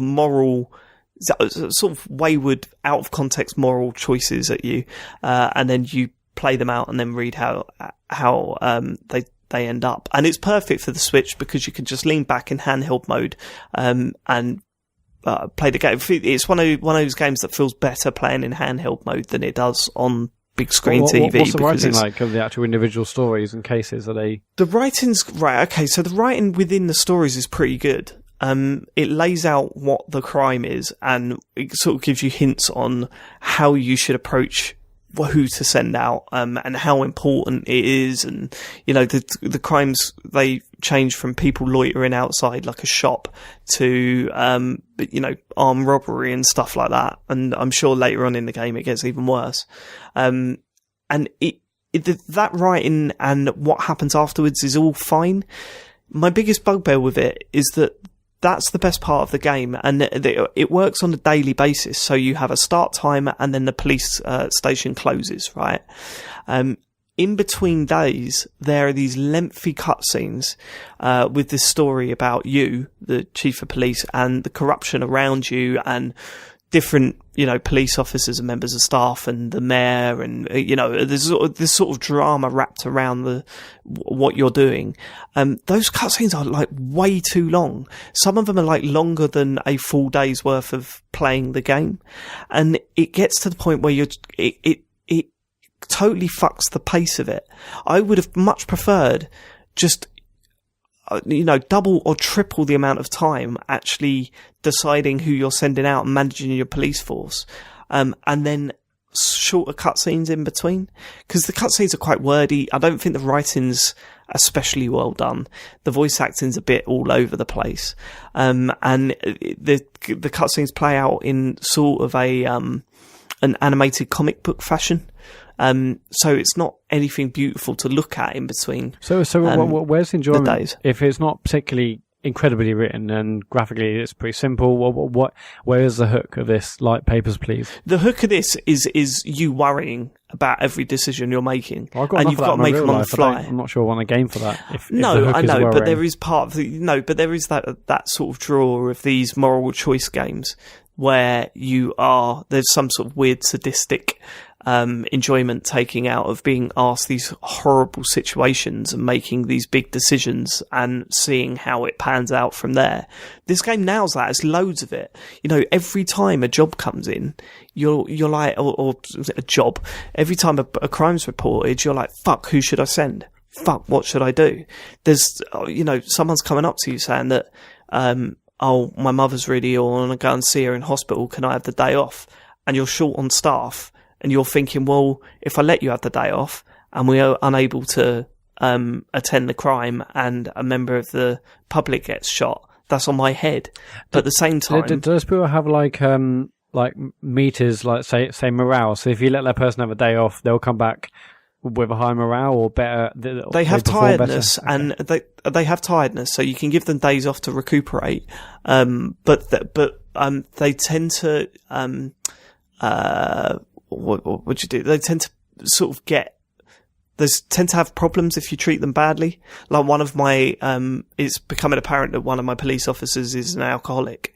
And they've been turning up to work drunk and stuff like this. They give away. And you can fire them, and there are two different ways you can fire them. You can save money and fire them illegally, or you can fire them legally, and it takes a little bit longer to do so, but you're not going to get any repercussions from that. If you've got enough evidence and enough cause for firing someone. It's interesting, and the actual playing of the game has a lot of depth to it. And as I say, constantly chucking moral choices at you, it's an entertaining game to play. It's just the stuff, it sort of just spreads it out way too much. If you send one of your police to a job, or you know, a crime, can they get killed, or have you had that? Yes, they can get killed. They can let the perp get away, and then their sort of standard rating goes down, or they can catch someone and they can get promoted. And so while you're trying to send all your best men out to the best jobs, what I find myself doing is partnering up with someone who's a little bit lower down. So hopefully that still manages to get the job done, but it will also drag that sort of lower rated police officer up a little bit. So do you feel like you have a bit of a connection to your troop, your squad of police officers? That's all it requires. All it requires is a little bit of text about a character and a face. And if it's written well and the game's enjoyable enough to play, you will get favourites. You will have favourites. You know, it's like when you play Master League in Pro Evolution Soccer. You just pick one player that seems to be a little bit better, and you just go, yeah, he's my man now. Yeah. I'm always going to play him. I'm always going to pass him the ball. And that's got all this. It's got all this. It's just, the days are just way too short to properly get into. But if this sort of moral choice game is right up your street, then it's perfect for Switch. I think it came out in 2015 on Steam. And I was chatting to Sean about it, and he was saying that he played it I think it was at EGX or Rezzed or something like that. And he really enjoyed sitting around with his mates and them all deciding what to do next. It feels a lot like Until Dawn in that way, that, you know, that was another game where you're making moral choices constantly, where there is a party game there, you know, where everyone's arguing about what you should do and who should you send, or should you ignore the call completely, or should you send police officers to go and do a more corrupt investigation or whatever, or go and work for the mob or whatever. All that shit's in there, and it's fun to play. Just it's one of those games that you think, wow, you've got everything here and this works. It's just a shame you've decided to slow it down so much with this. The pace just feels off, and it's kind of killing it for me. I'm going to play more, definitely, and I'll be talking about it again in the future, but I'm hoping either the cutscenes get a little bit more interesting and I get into them a little bit more, or they start to die out the more you play. It'd be interesting to see how that goes. Do you know how much it is? Yeah. No, I don't. I think it was £10. Oh, sorry. That is a complete guess. It's £110. Yeah, no, I don't know how much it is. Just while talking about prices, in the week they also confirmed Rocket League out on Switch, November 14th, and they said it was like $20, so I imagine £20 as well. So it will be the 16, 17 quid that it is on the other consoles, which is great. That's a day one perch. Or get yourself a decent podcast and you probably get it for free. Well, I'm still waiting for that. Okay. So before, other than that, just the obvious. Anyone else got a game to talk about? The only other thing I had was Beyond Two Souls, but yeah, Did we really want to talk about that? Not really. Are you enjoying it anymore? No. Okay. No, because the bit I did for last week was the worst I've played. I think from the game, it was appalling, just really boring, confusing, and just not that great. But maybe it gets better now. On our YouTube channel right now. Yeah, check them out. YouTube.com. Right, Matt. Any other games to talk about? Just the obvious. Right, we've got to get to this. So it's obviously Super Mario Odyssey come out this week. We've all been playing it. It's kind of hard to decide where to start talking about this game. And I thought the best way to start, because I got an email from Matt today, James, saying, I'm looking forward to talking about Mario Odyssey today. I think my opinions will be a little bit different to yours and James. And I thought, well, I've got a lot to say about this game, and I don't want to sort of taint Matt's opinion by offering mine first. So I'd rather hear what he's got to say about it first, because I think I know where he's going to go with it, but I've got a lot, because I think I'm going to agree with you, Matt, more than you think. Well, you don't know, we're dancing around the issue. Let's get onto it. Let's get on to it. Super Mario Odyssey. Where are you up to? Let's do this first. Where are you up to? So I finished the game. I finished the game. I guess that's all I'll say. I mean, you've seen the credits. I've seen the credits. Have you taken it to CX yet, Matt? £32. Thank you very much. Lovely old job. No, I've still got it. Amazingly, it's not quite unlike me. Yeah, so I've seen the credits, and I mean. Yeah, I've seen the credits. That's all we need to know. And we've all... James, you've seen the credits and put in a bit of time. Yes, I finished it, yeah. Same with me. I played a hell of a lot of it after the credits. It's not spoiled to say there were things to do after you finish the game, is it? Oh, no. Okay, in which case, I'm in the bits after the game, yeah. But I think... Right, okay. Can I expand on that? Because it's... No, actually, no, No. Let's hear what Matt's got to say first. Yeah, the trouble about this game is you don't really want to say anything for fear of spoilers. And but yeah, so I'll get all the good stuff out of the way first. It looks stunning. I love the music. I love the way it makes me feel. It's a genuine sense of like childlike wonder playing this game. It feels like you're seeing everything. Like the first time I saw Mario 64, you're wondering how things work and what things can happen and what characters you're going to meet in the world. I think the writing is really good. It's really, really funny. But I'd say this sounds harsh to say, but I would say I'm disappointed. Now, yeah, it's a solid 10. So I can't be that disappointed, but in my mind, and I only watched our first trailer, I haven't really read anything else about it. In my mind, I thought it was going to be much more, I thought it was going to utilize Cappy a lot more than it did. I don't know where I got this. I don't know where I got this idea. I don't remember reading anything about it, but I remember seeing that first announcement trailer at E3, seeing that you can throw Cappy on any, a vast majority of things in the world. And I'm like, oh my god, you're going to be able to come up with your own ways to solve puzzles. You're going to come up with your own ways to get across the map. And about much like you can do with Zelda, where it felt like all three of us could have done the same puzzle or section in Zelda a totally different way. And one of the best things about Zelda is it makes you feel like you're doing something that you're not supposed to be doing it that way, but you've used a combination of the skills and abilities and items at your disposal to navigate the world in the way that you see fit, and that feels like it's your own story and your own journey. Whereas, for some reason I thought this could be that way, and it's very much not that. And that's sort of disappointing. Okay, right, that's sort of disappointing because I thought I'd be using Cappy in a crazy amount of ways, but really, if we all talked about one particular level, if we all talked about any of the levels, we would have all done the same things the same way. No, I don't agree with that, but go on. Okay. Well, let's discuss it. Go on.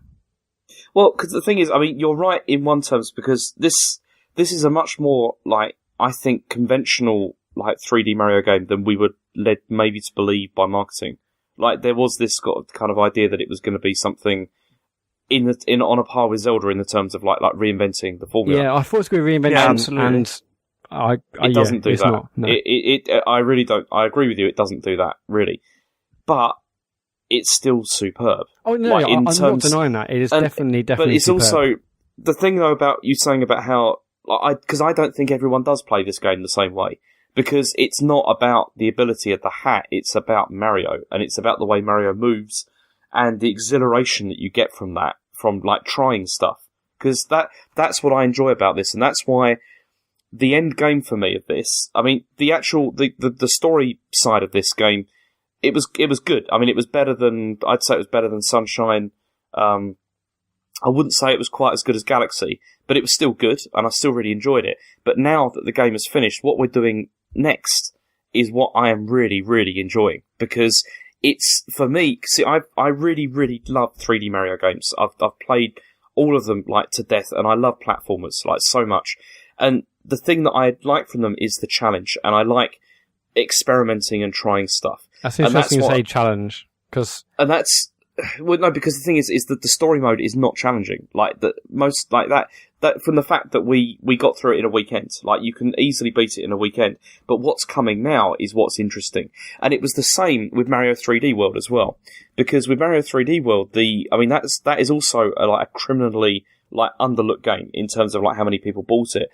But it's another one where once you've beaten, like, the end game, it opens up and there's just so much good stuff in it that's, like, really, like, challenges, like, your abilities.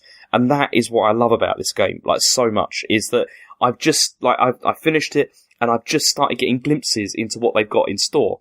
And it's really exciting me. Like, like I said, it's the exhilaration, like, from playing it. So, without obviously spoiling anything, I mean, are you just talking about the fact you're just hoovering up all the moons you didn't get previously? Yeah, it's okay, that. Yeah. It's also finding... No, there are other things. Okay. Yeah. Yeah. So, there's something in the game. Again, we're not going to spoil things, but there's obviously certain things that we need to talk about to add to the discussion.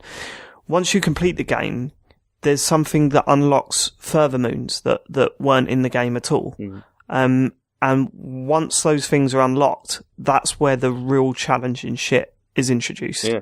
I mean, there's some really fucking challenging stuff in this game. Okay, I'm looking forward to that. I mean, I spent a day on trying to get one moon. Yeah. A day, because I know it was like making. I'd just done it before we started recording. It's one of those 2D sections where you jump in at 2D, but it does a very clever thing where it fucks around with the mechanic of jumping in and out of 2D and 3D, or at least trying to stay in 2D. And my word, I think I know the one you mean, actually. I did it. It felt like Mario Maker. Yeah. It felt like a Mario Maker level. I tried that one this afternoon. I think that's the one I'm thinking about. Yeah, it took me fucking ages to do that. And once I'd got it, I was like, holy shit, yeah, that is fucking fantastic platforming. Yeah. Really because good. the story is, like, disappointingly easy, and I'm famously shit at games, and I'm happy you're saying like actually the challenge comes afterwards, and I'm obviously, I'm also gonna keep playing this because I'm in love with the game. But yeah, there's no challenge whatsoever, and I thought I was a bit disappointed. Now I thought the story mode would be more challenging, but if it's all about afterwards, then I'm happy with that. If you go back and look at, like, the previous, like, mainline Mario games, they're all like this. Like, you can burn through all of the stories, like, pretty quickly, and they're easy to get through. I mean, even like Mario World it was easy to get through to the end of that game. It was certainly it was certainly not easy to get everything, like, to break all of those gates. Not as easy as, like, because I'm with Matt. Because I mean, let me tell you my experience. I went through a bit of a journey with this game where I initially got it and thought, wow, look at these colours, look at everything. This is really good. And then by the time I'd say about an hour before the credits rolled, I was like, man, this is really feeling like an 8 out of 10 game. Like, it's good. That's a good score, and I've enjoyed it, but I'm really not seeing the hype. And I think one of the things that had happened is that we'd read a lot just before launch when all the reviews went up and it was getting 10s everywhere. And I was thinking, wow, this is going to blow my mind as I'm playing it. And as I was going from kingdom to kingdom, it wasn't blowing my mind, and it was continuing to not blow my mind. Yeah, and it's just like 3D World in that sense. No, I disagree, because I think 3D World, every level had an amazingly unique idea, and it feels like that it doesn't feel like that in this. When I'm going from kingdom to kingdom, in my initial run, right, so I'm literally talking before credits here, I didn't feel that it was full of these amazing ideas that 3D World had.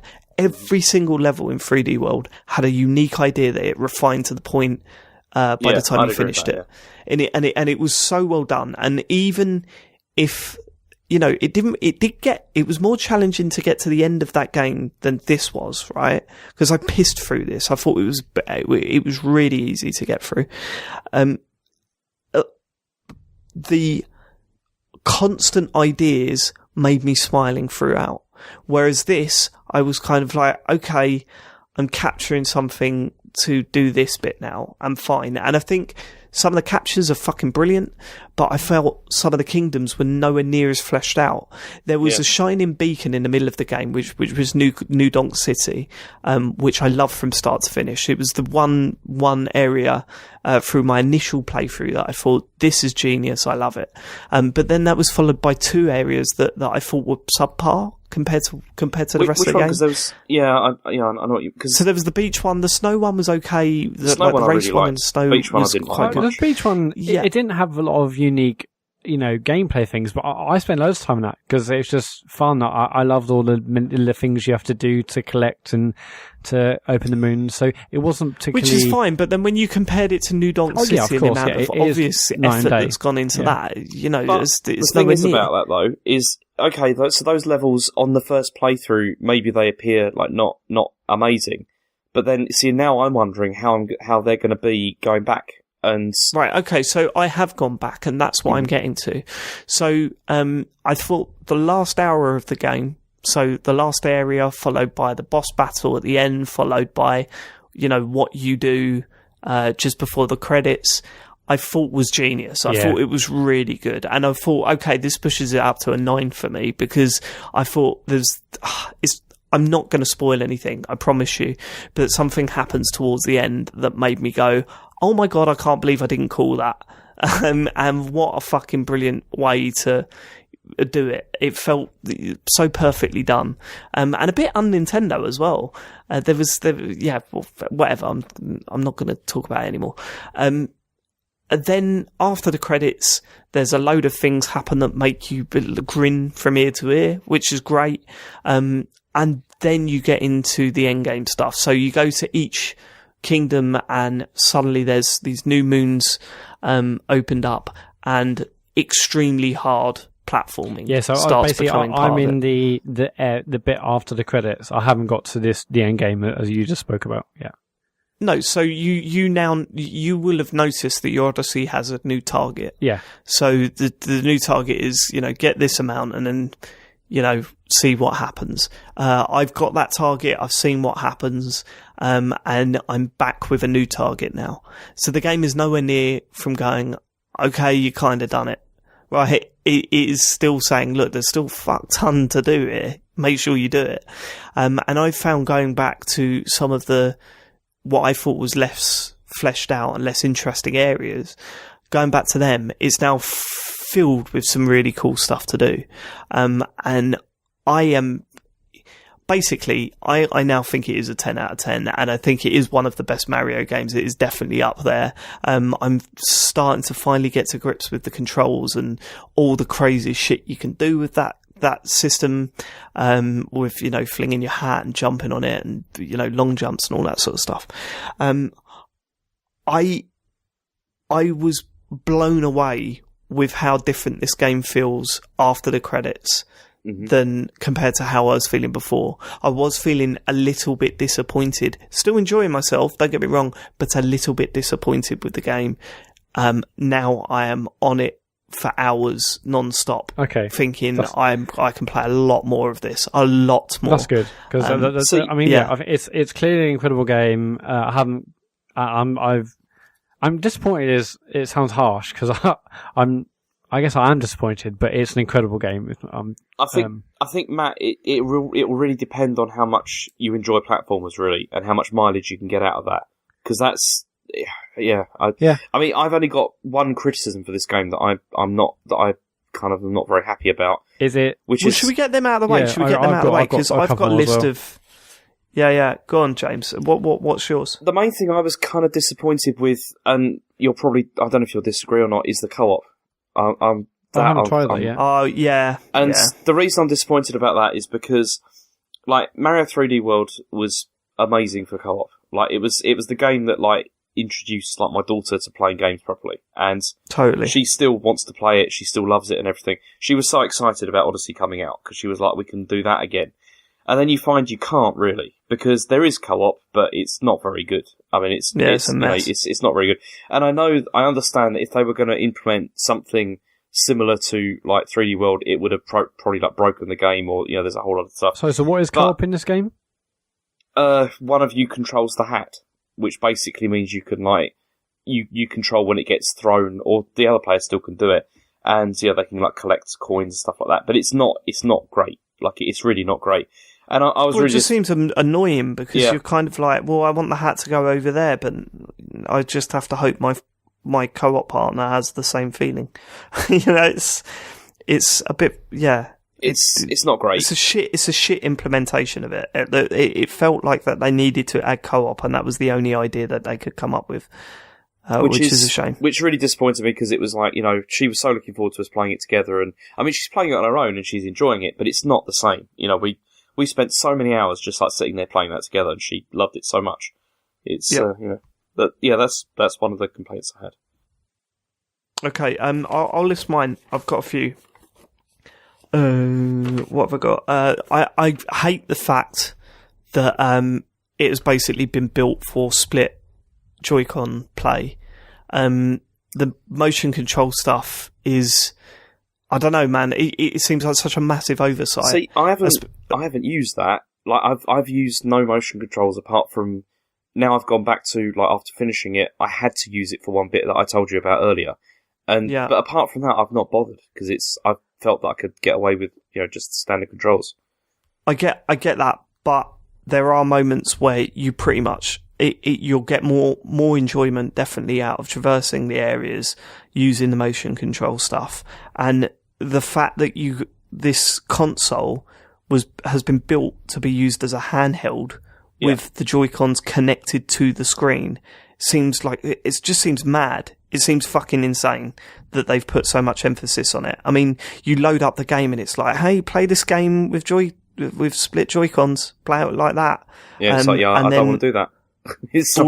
all of the tips and stuff that flash up on the screen show little videos of split Joy-Cons and stuff, and I'm like, wow, I cannot believe they've put so much emphasis on playing a game this way on a console that is specifically been made to play at home and on the move. It seems very, very strange to lean on that so much. I was playing it on the way home on the train, and I climbed like a tree, and I was shaking the Switch, and I was like, "This isn't right, even for me." Yeah, so that annoyed me.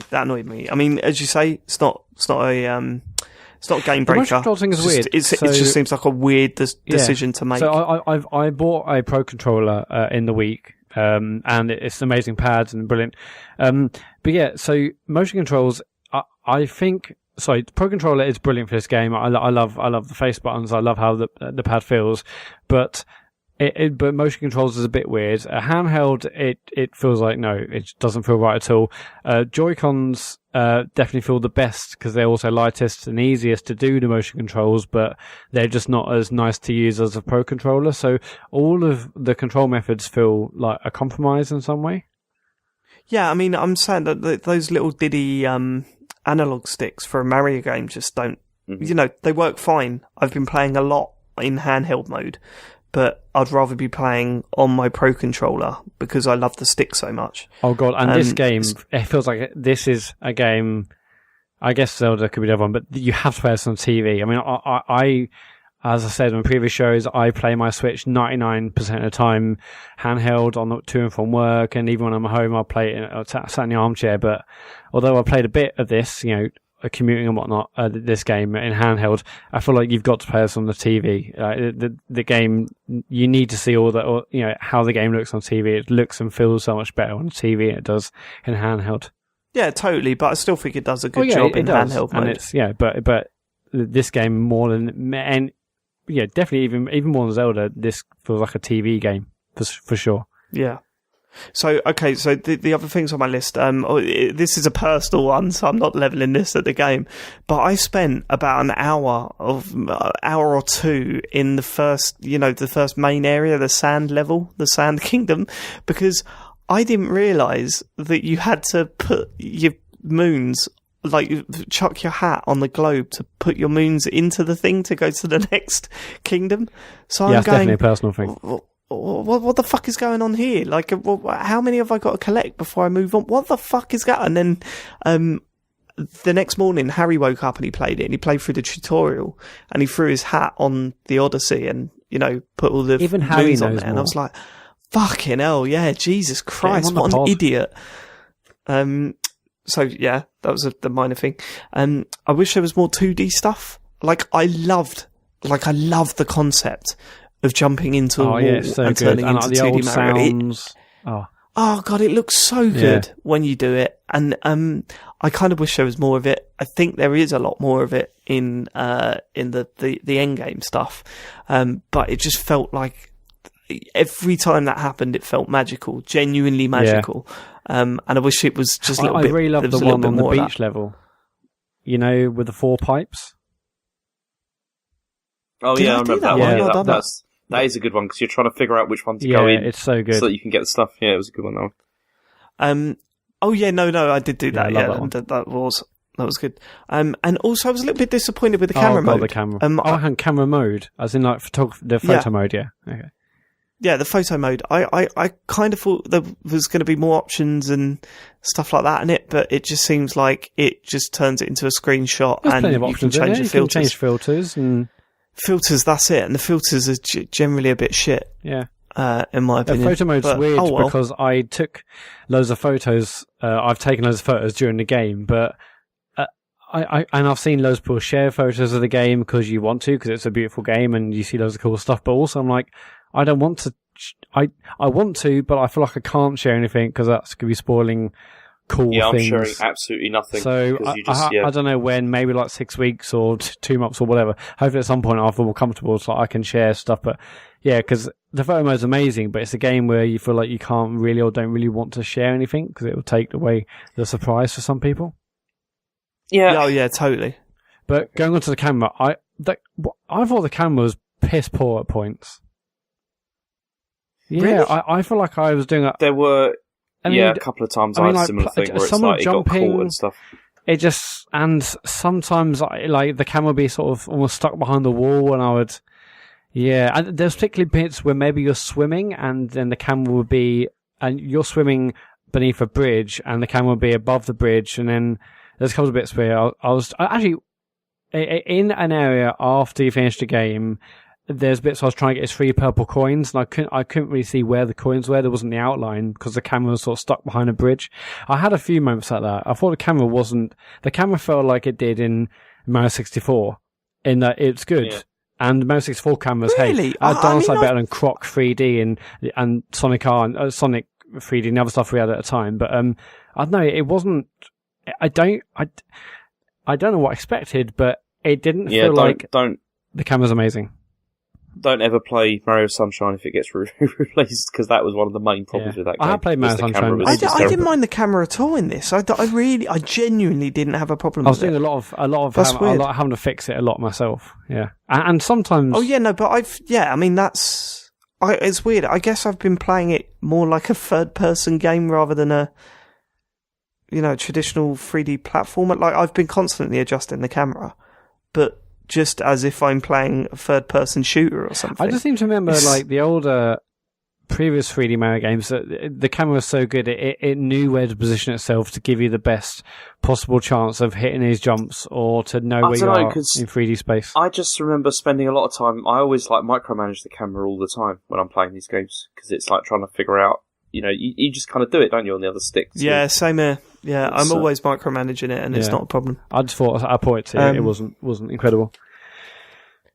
Is that what all the negative shit out of Yeah, it's just lack of challenge, but over the end game that's going to be fixed. But there's so many good things. It just, I love the way it makes you feel. And like, I was playing this game and I think, who gives a fuck about 4K and 60 frames a second? Like, who gives a fuck about stuff? Like, this is a console, obviously, it graphically is good and, they're obviously optimizing it as much as they can, but who gives a fuck about that sort of stuff when you've got a game like this where it's just pure unbridled joy, and it's not about violence or it's not about anything, it's just about it's just about amazingly fun gameplay. It makes you smile, and absolutely, I thought it was just so good for that.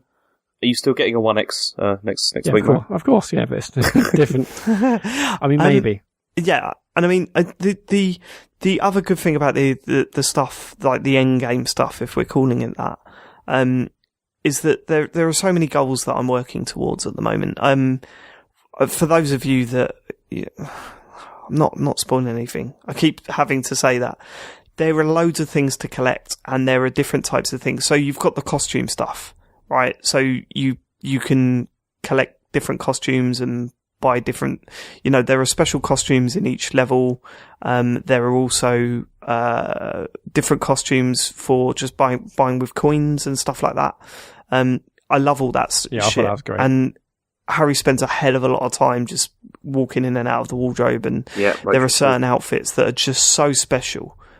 Initially, it just seems like a bit of a gimmick. Oh, look, Mario is now in a sombrero. Isn't that funny? And then it turns to genuine brilliance from the what you can do with the costumes and stuff. Then there's also like stickers and stuff like that. Have you started looking at all the stickers and that? Yeah, I've been collecting all those. I've seen some stickers and trophies. But where do you view them, or they get stuck on your Odyssey? Actually on them. Okay. Okay. Yeah. On the actual Odyssey. So the more you buy, the more your Odyssey gets like decked out. So and shit. Like, I guess, a passport, with the stamps of where you've been.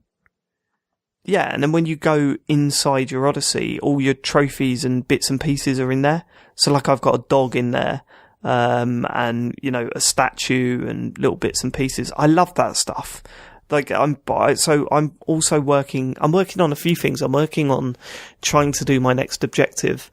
I'm also working on trying to just collect everything. It's the purple coins, isn't it? It's all about the purple stuff. It's the level coins, where it says 100 of special coins on each level, and they let you buy certain things. It's a different number on each level. Is it really? Yeah, some of them it's 100. I thought it was 100 on each Some of level. it's 50. Yeah, it's... I did. Oh, right, okay. And then there's the gold coins that obviously you get for outplaying. All that stuff is brilliant, and I've been in and out of shops and zooming around all over to different kingdoms and trying to collect as much stuff as I can. So it feels that when I'm getting frustrated, banging my head against the wall over either a certain moon or objective, I can just go off and fuck about and do that sort of stuff as well. Mm-hmm. So it's constantly keeping me playing, and I've got like a checklist of things that I want to do in the game. And if I'm getting stuck on one of those points, I just move on to the next. And that stuff's really intelligently done. And all of the cool shit is saved until the end. There's like loads of different costumes that will make you go, holy shit, this is in the game. How clever is that? There's a lot. There's so many, like, also after the end game, like, there's so many kind of like callbacks to stuff as well, and it's just, it's wonderful. Yeah. Especially, I mean, there's one particular, obviously we can't talk about it, but there's one bit that it's like if you remember, there's one bit that I found where it's like, I found it because I remembered rumours from before, from like previous games, and it's like... Yeah, we know, it's from instinct, isn't it? It's from instinct. I found a moon by remembering an old game, and I will say one thing. Like, what do you think about the bits in between levels where even at the last level is like, hey, do you know you can do a triple jump? It's like I don't. That's a bit weird. Stop telling. It felt like it's very much a game built for people who maybe haven't played a Mario game before, or they're definitely skewing younger. I mean, maybe I haven't obviously got the Mario experience that you guys have got, but still telling us about how to do a jump move before the final boss, it just felt a bit weird. Yeah, but it does all that. It gets rid of all that, like, after the end game. So when you're going from kingdom to kingdom in the end game, it replaces all that stuff with a loading bar at the bottom of your Odyssey travelling along. And so, yeah, I mean, you've got to remember that this is going to be a lot of people's first Mario game, first 3D Mario game. So the way I'm seeing it is kind of like, and when there was one time where I skipped through all that, like, I just kept tapping A because I didn't want to read all that shit. And I had to just sit and wait and just look at them just sitting there because it was loading the next level. So it's sort of just like a placeholder while it's loading, and that doesn't bother me. I think, this is going to be one thing I realised is that I couldn't just sit Harry on it and he could play it. Like, it's too hard for him at this point. Yeah. He's only 3. But he's going to be learning how to play Mario games with this, so I appreciate all that stuff being there, to be honest with you. I don't really care. Did you see the assist mode is quite useful for that? Like, Rachel, I did, yeah. It's because it basically just shows you where to go next. That's like the main. It shows you where to go next, and if you fall off the edge, you don't instantly die. It puts you in the bubble, like in the new Super Mario games. You can also stack those extra hearts on top of each other. That stuff is pretty good, and I've stuck him on that. It doesn't help. I mean, he still really hasn't got the dexterity to play this sort of game. So he's finding it a bit difficult, but he's getting there. He's getting there. One thing that I did want to talk about is all the insanely nice touches in it as well. I love the fact that the maps are travel guides. Oh, yeah. And you can read like inside of it and all that sort of shit. I like the fact that when you're in certain areas and you don't press anything, certain things happen. Like the dancing, and if you go on, there's a chair in the game later on that you won't see until you've completed it, and if you just don't press anything on that, he sits down on it and stuff. All those little, it feels that Mario is more of a cartoon character than he ever has been, in a good way. Like he's an animated character rather than a computer game character. And I love that stuff. The beginning's loaded with that. That cutscene where you first capture a frog, and he zooms in and then he looks at it. Oh, what was it? That's it. When you first get Cappy, and Cappy's a white top hat, and he puts it on your head, and like Mario sort of pulls that face as if to say, "This isn't me." I thought that was just so well done. It's so beautifully done. The whole first section felt very Disney, felt very Pixar. Yeah, totally. I fucking love that. I loved it too. I love that. I kind of wish there was a little bit more of that in there, because it's sort of front loaded all that shit and then put it all at the end as well. Because the last, the big finale at the end is just rammed with that sort of cartoonish Mario that you don't get to see a lot of, or that we haven't seen a lot of up until this point. And it's wonderful. It's so beautifully animated and so expressive. And Harry's been cracking up watching it. Which has been brilliant. It's full of these nice little touches, and also something that I didn't expect in a 3D Mario game is set pieces. I mean, the boss battles are fantastic anyway. The boss battles are excellent. Yeah. Especially the way they've done with Bowser Battles now. What they did with Bowser Battles is brilliant in this. I absolutely love it. And, some people are complaining that they're reused quite a bit, and they are. Some of the, I think through the first playthrough, you'll play a lot of those boss battles twice. But obviously they get harder the further you get into it. But I thought that the boss battles and also like the design of that was one of the strong points compared with 3D World though. Because it was totally, because 100%. I mean, the thing with 3D World was it was like you said, it was like a massive refinement of everything that had gone before, to the point where it was kind of like not perfection, but like really really good. Whereas this, it did feel like they were trying to come up with new ideas for that. Oh, and they really did. Yeah. I mean, the one with what are the dog things called? The chomps or some shit. Chain chomps. The one where she's got him on a leash. Yeah. And but you're also fighting against her trying to like give the leash some slack, and you're trying to stretch it out. I fucking so good, so clever, and really, really fun to play. Like really satisfying to get right. But nothing's more satisfying than the fucking Bowser battles on this. They were so good, so good. And yeah, I think that Super Mario Odyssey, as much as I was disappointed at the start, and during the majority of my playthrough of the main story, the game has done so much to make that up to me. And it's as if the game was saying, look, man, kids are playing this as well, and we've got to have them on board. So this stuff isn't going to be hard to get to the end. You can get to the end of the story just fine, and you'll enjoy your time, although you won't be challenged that much. But also, we haven't forgotten about you and the people that really want to be challenged. And here it is. It's just lurking in, like, behind 10 to 15 hours of gameplay, which is fine. I'm happy with that. And I finally, I've the past two days or so, I've really felt the love for it. Speaking of kids, I came early the other day and I played it on the TV, and Jill and Eddie came in, and Elle just sat down for half an hour watching me play the game, and she was really into it, just saying, like, what asking me what that was and what's happening up there, and it was really amazing because we haven't really played games together, but it's really awesome just seeing her really excited and loving the world. I think we were playing like the beach level actually, and we played that for ages, just like because she wanted to see all the bits inside it. So I'm hoping to do more of that as well. Yeah, Harry's totally obsessed with watching it. He loves it. It's been, with my kids, it's been like, I mean, Asher has started, like, he came to me this morning and he'd made a book, like, as, his version of a book of, like, he was like, of the story from Mario Odyssey that he'd seen. And he'd drawn the characters and, like, tried to, because he's 4, that kind of thing. But it was still really... Tried to what? He tried to write stuff, he tried to, yeah. But, it was still, like, fantastic, though, to, like, see this, because he was so excited about explaining it as well.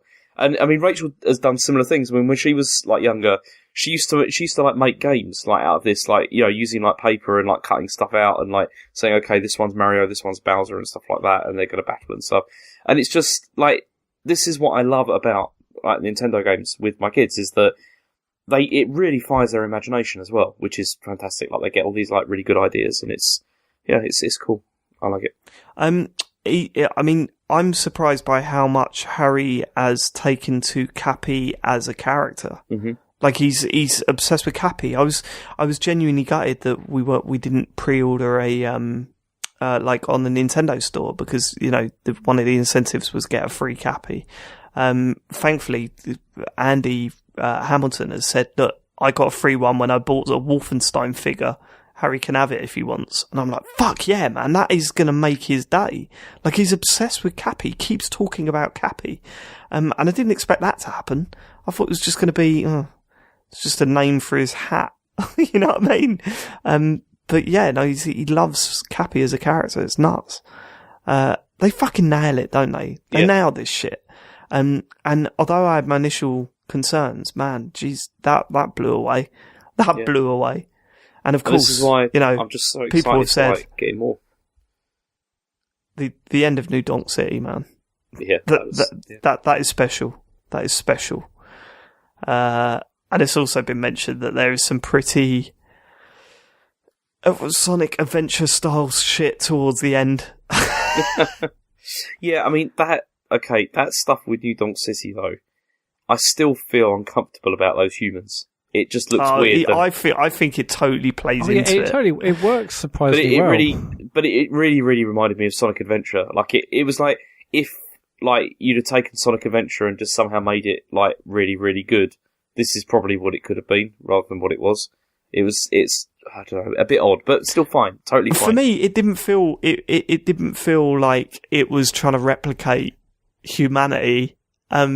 It felt like the little human characters in it were the equivalent of the spinning watering cans from the flower level. Sure. Yeah. Especially, and that sort of really drums home when you go into the shop and they've got these over animated humans with these wacky clothes that you've seen on all sorts of different weird looking creatures throughout the game, and suddenly there's a human wearing it, and I'm like, okay, yeah, that's like kind of going, hey, you're no different. You people are no different to all these other weird creatures in this game. Mm-hmm. Like, it just made me laugh. I thought it was great. Yeah, but no, going back to Matt's original point, I do see why you're disappointed by the lack of capture stuff, and I think we said it on the show. We could really see this turning into sort of the Zelda equivalent, experimenting, and I'm not experimenting. It's kind of, why am I this character now? Okay, well, like, why am I this creature now? Why have I taken control of this thing? Oh, it's to get up there. That's the feeling, and that it didn't really disappoint me. I just kind of thought that that's where the game was going, and it isn't. It's very much, there is a reason why you can do this now. So do that bit and then move on. But I think it works. I love capturing stuff. I like the fact that there wasn't too much of it. I really like the tank stuff. The tank stuff was brilliant. I could play a full game in that tank stuff. It was really fun. Yeah.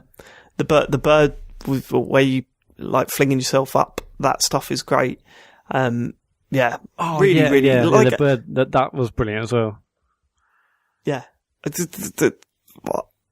I'm still, you know, when we're talking Game of the Year stuff, I'm still putting Zelda above this, because, you know, from the get-go, that game was absolutely incredible. But this still has room to breathe. This still has room to grow. Yeah. In my opinion. Do you think there'll be DLC for this? Like, are we going to see more stuff? I do. I'm pretty convinced now. I'm pretty convinced, and I'll tell you why. I hope no one gets the ump with me saying this, but I've played a lot of this and I haven't seen Luigi, and that is a glaring hole in this game, that Luigi hasn't been present. Mm-hmm. I'd be very surprised if there isn't a Luigi DLC thing currently being worked on. Can you imagine that if it was like, you know, if it was like the Luigi's Mansion or something like that, you know, that kind of world? Or there's just so much you could do with this. It'd be brilliant. You could. You whack a few more kingdoms in there. Yeah. Put Luigi in there, all sorted. Yeah, or there could be like a Luigi statue you chuck your cappy on. Okay. Yeah, no, I know what you're saying. There's so much stuff that can be added to this, I think. But for now, fuck me, there's so much stuff that still needs to be played. So, you know, I don't know if I should be saying that at this point. I'm going to be absolutely gutted when I've got everything. I think it's going to take a while, I think. It's going to take a while, I think. I think I will. I think I'll do that. Yeah, I definitely think I'll do that. Have they even confirmed how many moons are even in the game? Well, there's unlimited, isn't there? Because you can buy them from the shops. Yeah. Oh, is there? Okay, so there isn't like... Yeah. I thought at a certain point they just won't sell anymore. No, there's lists on every map that you need to collect. There's also achievements. Have you? You check the achievements. That bit was hilarious, because once you complete the game and you go and collect your achievements, it is literally, you've got about 50 achievements to collect. It's weird how it does that stuff. Probably should have introduced that character right at the start that you could go and check out every now and then. But yeah, man, good game. Very good game. Very good game. Right, okay, that's it, isn't it? Should we do some questions? We got some emails and we got some tweets. Oh, good. You bothered to get in touch this week. Yeah. Thanks. Okay, the first one's from John. He says, hello. This is another one about loot boxes. So it says, in my opinion, loot boxes and any in-game microtransactions are a disgrace and should be removed from gaming. They are insidious and take advantage of people with addictive personalities, as well as the pay-to-win crowd. Gaming in itself is an addictive hobby, so introducing a way of tempting gamers to gamble, spend money to progress, level up is an evil in my opinion, and goes against the core philosophies and mechanics of what makes a great game. Apologies for the rant, and that's from John. Kind of agree. It's hard to disagree with that, isn't it? Yep.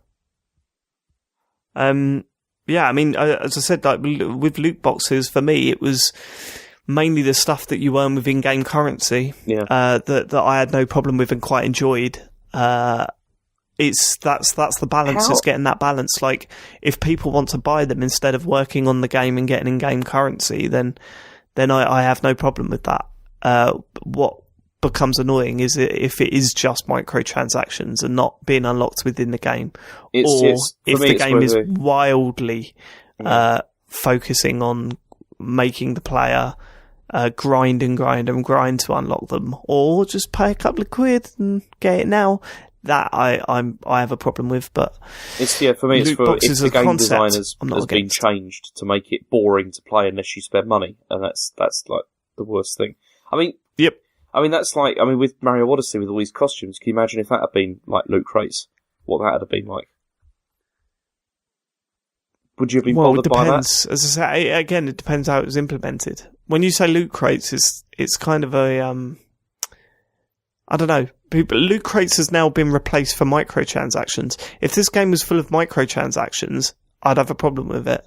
If it was full of loot crates that you earn by collecting coins, then I wouldn't have had a problem with it, because that could have been a fun mechanic. If it was by collecting coins in-game, that's fine. But if it was with buying loot crates, I wouldn't have been happy about that. In fact, actually, that might have been better than just the shop thing. Mm-hmm. Like, for a character to have loot crates that you buy for in-game currency, so those coins and stuff. Mm-hmm. So you don't know what's coming out of it. You don't know what's in the game. I like that idea. I think that's cool. But yeah, just outright whacking microtransactions in, that's a different kettle of fish. Yeah. And I totally agree with you. Okay, next we've got hi gents, I've been listening to the show from the start, and before that Joypod from David and Egg's appearance on the GameSpot UK podcast, which I proudly managed to contribute the idea of Michael's hate cellar and the Joypod logo redesign that David really liked, but no one else did. Really? Apparently. Which one? I think that was the red one, right? With the 3 faces. I thought it was great. Thank you for the years of podcasts. Okay. Anyway. No problem. My question is, what should I buy? A PlayStation 4 Pro or a Nintendo Switch? Some context and thoughts. I own an Xbox One and a high-end gaming PC. I have a 4K TV. My girlfriend is this Matt? Matt, have you written in? Keep reading. My girlfriend owns a PS4 and plays Overwatch. No. Oh, okay, maybe not you. Which I play on PC. So if I had a PS4, we could play together during the week when we can't see each other. We live in an hour and 15 minutes away. So we only see each other on the weekend at the moment. Zelda and Mario both look amazing. I live 10 minutes walk from work, so I don't have a commute to play the Switch on. Whatever I will get purchased around the end of February. I'll probably get both eventually, but whatever I don't get now will have to wait another year and a year and a half. I'll be happy with either, but I'm struggling to pick out of the two. And that's from Dean. So, Dean, the idea is that you'd like to get a second PS4. Did he say he owned a PS4? No, he's got an Xbox One. Yeah, he wants to either buy a PS4 Pro or a Switch. His girlfriend owns his girlfriend owns a PS4. He's got an Xbox One and a high-end gaming PC. Right, okay. The answer is buy a Switch. That's really... but go on. Is it, though?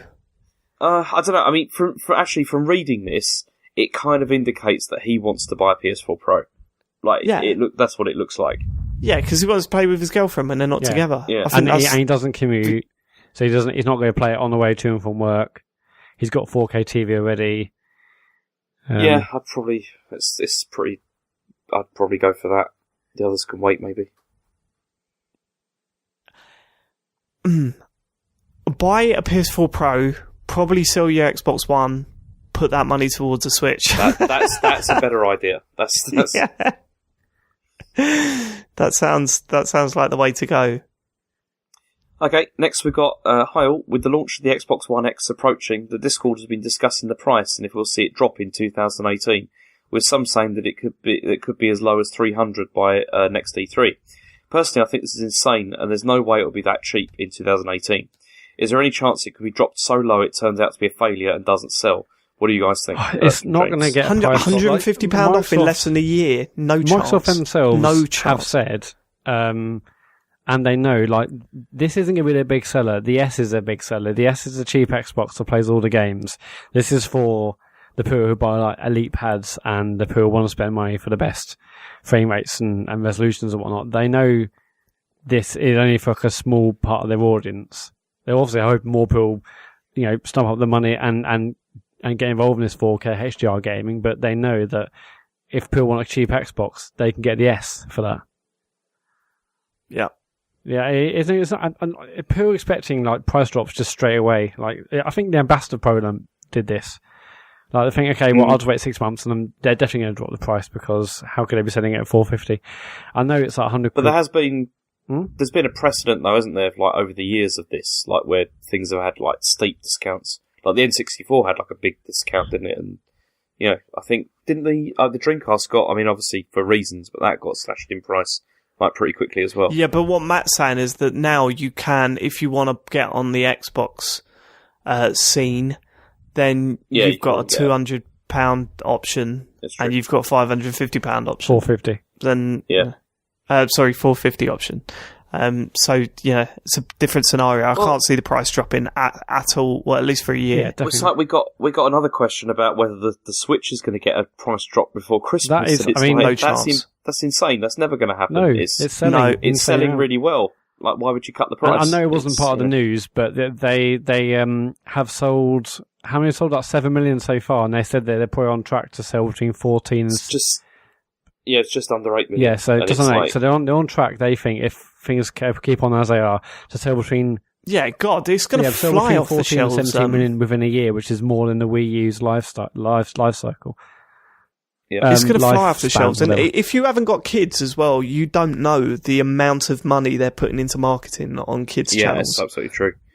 It's fucking, like, every break, there's a Nintendo advert on it. It's nuts. It's amazing. Like, going from the Wii U to this, it's like they've had such an incredible year with, obviously Zelda, Mario. I mean, Splatoon 2 was fantastic. ARMS, Mario Kart. And this going absolute gangbusters. It's so good. See, next year is going to be fascinating to see how they sustain this, because there's been so many good things that have come out this year for it, and it's like because what's the next big Nintendo game for Switch? You got, maybe Smash Brothers. That's probably going to get announced as such. Yeah, but that's not even announced. Like, what I'm saying is that Metroid's early being next announced. year is anything coming out. Yeah, but you've had Yoshi and Kirby are coming, but what's the next big Nintendo title for Switch? F-Zero before March. Is that Again, Night they haven't announced it. If they announce it, it won't be 2018, I wouldn't have thought. Alright, okay. Okay, we've got, next one is, it says, so with Dr. Farley hitting the point on Beyond Two Souls with the homeless section, it's no spoiler for him to presume it will be a mediocre and utterly unthoughtful chapter of the game, taking David Cage and Farley's political beliefs into account. What are my political beliefs? I'd like to know because they're probably not what you think. I was thinking, can any of you... No, because, after that, it went badly, that stream. I poorly explained to them. Anyway, I was thinking, can any of you guys think of particular levels or chapters in a great game that either lowers the tone or is handled poorly? My example would be the chapter in Shadows of the Damned where your gun turned into a big boner and you shoot baddies from your crotch. And that's from Oodles. Where a game takes a complete tonal shift. Yeah. There are games I've played loads of games where you just kind of think, what? Why is this happening? Heavy Rain had tonal shifts all over the place, and it was very funny for it. It was, It did, and Beyond Two Souls, obviously, the party scene. Yeah. I remember being weirded out by Kane and Lynch 2. I'm thinking, because there was like that whole sort of, Die Hard-esque action men running around doing this thing, and then there was that just really fucked up torture scene in the middle of it, and I'm like, what the fuck is going on here? Why is this happening? I've played, there are a bunch of games that do that. There's also, I thought, the torture scene with Trevor in GTA 5, I thought that was like randomly super serious, and that felt out of character as well. Even I know Trevor's like a crazy one, but that just felt a bit too far for me. Do you remember the one? There was a worse moment than that. And he just done a murder before that. Yeah, that was the one that got me. Well, no, I think it was probably both of those actually. It just felt a bit too much. I don't know. What was weird? Like, we knew Trevor was crazy and all this sort of shit, but there was a scene in the game where there was a dude and his girlfriend, and he was basically using the dude for his apartment. And his girlfriend was annoying and she come back and had a go at everyone. You know, like, what the fuck are you doing in here? What, blah, blah, blah, what's going on? And then he just murders them and walks out. And I was kind of like, what? That was weird. Wait, I mean, I know he's a fucking psychopath and stuff, but yeah, that just seemed like really strange. I just thought the torture one particular suddenly got like serious weird rather than like being crazy. I don't know. That weirded me out. That's an example. That is one. Yep. Hi guys, I hope you've all been enjoying Mario Odyssey as I have this week. I'm sure I've just heard you praise it during your podcast, but I wanted to mention one thing, the music. Having played Mario games for over 25 years, I thought I'd heard every type of music that you could use, but upon entering the Wooded Kingdom, I was blown away by the music. It was so different and cool. I loved it.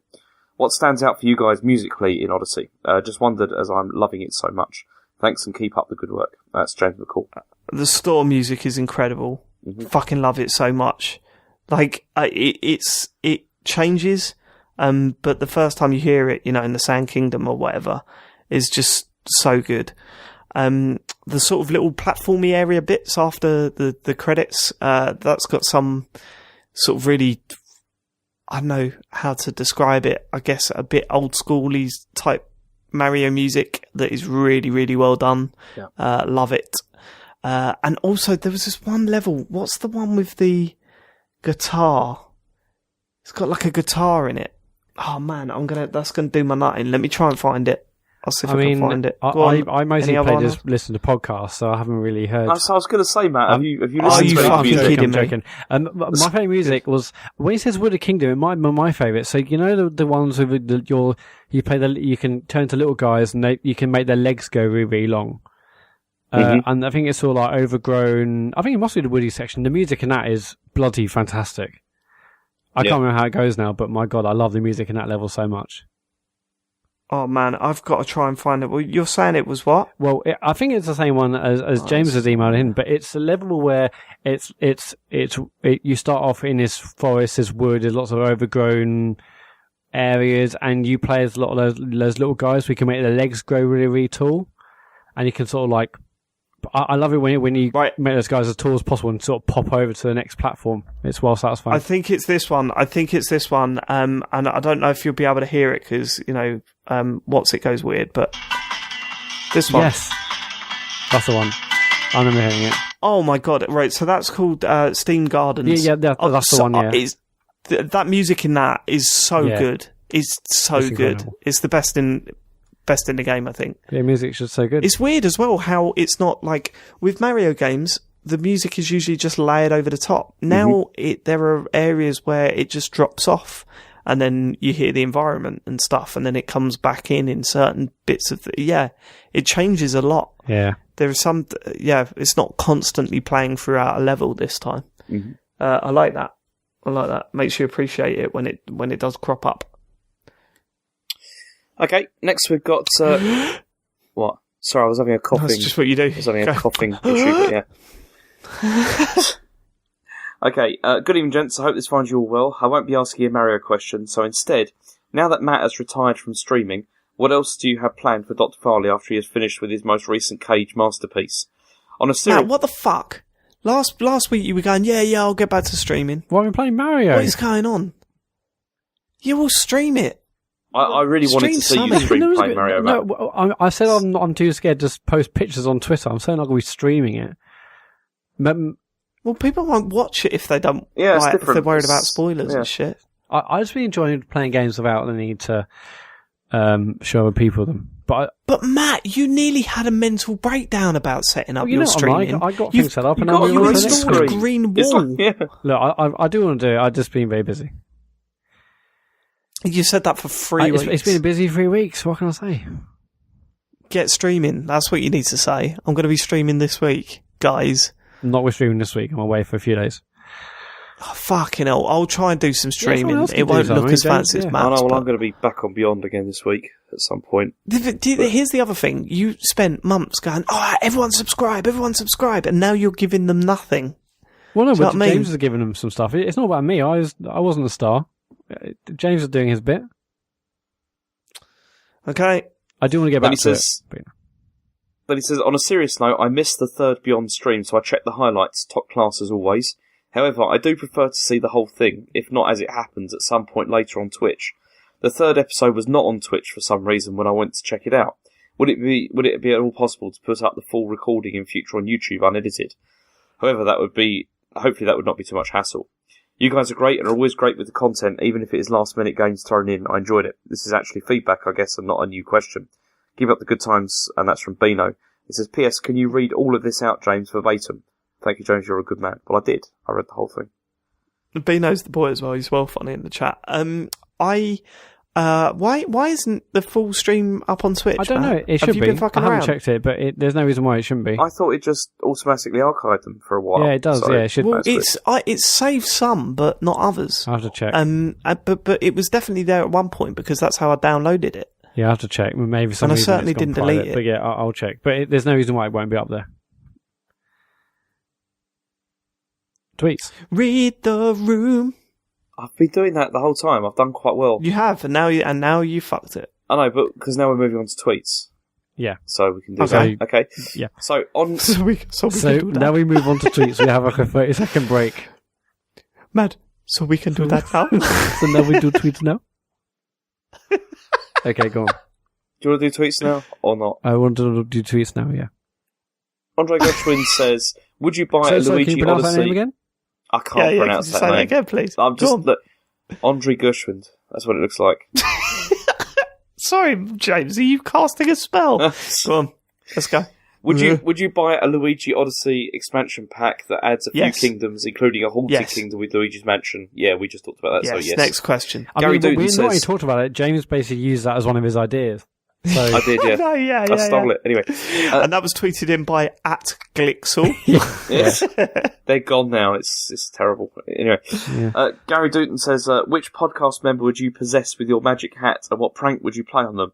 For example, possess Farley and make him buy that bloodied female torso from the Dead Island PR campaign, then unpossess him in front of his wife to explain himself. No. That's very specific. You'd possess Farley, take all your clothes off, go to the university he works in, and then unpossess him, and just see how he copes with that. Strut in front of all the students, just unpossess him, press ZR, and then run off. That's how I'd do that. I would possess Dave, also strip his clothes off and make him run up and down the touchline at a football match because he thinks that's fine. Yeah, I'll be up for that. Although the whole point, Matt, was that I'd be invisible, so it's not the same thing. Can't compare it.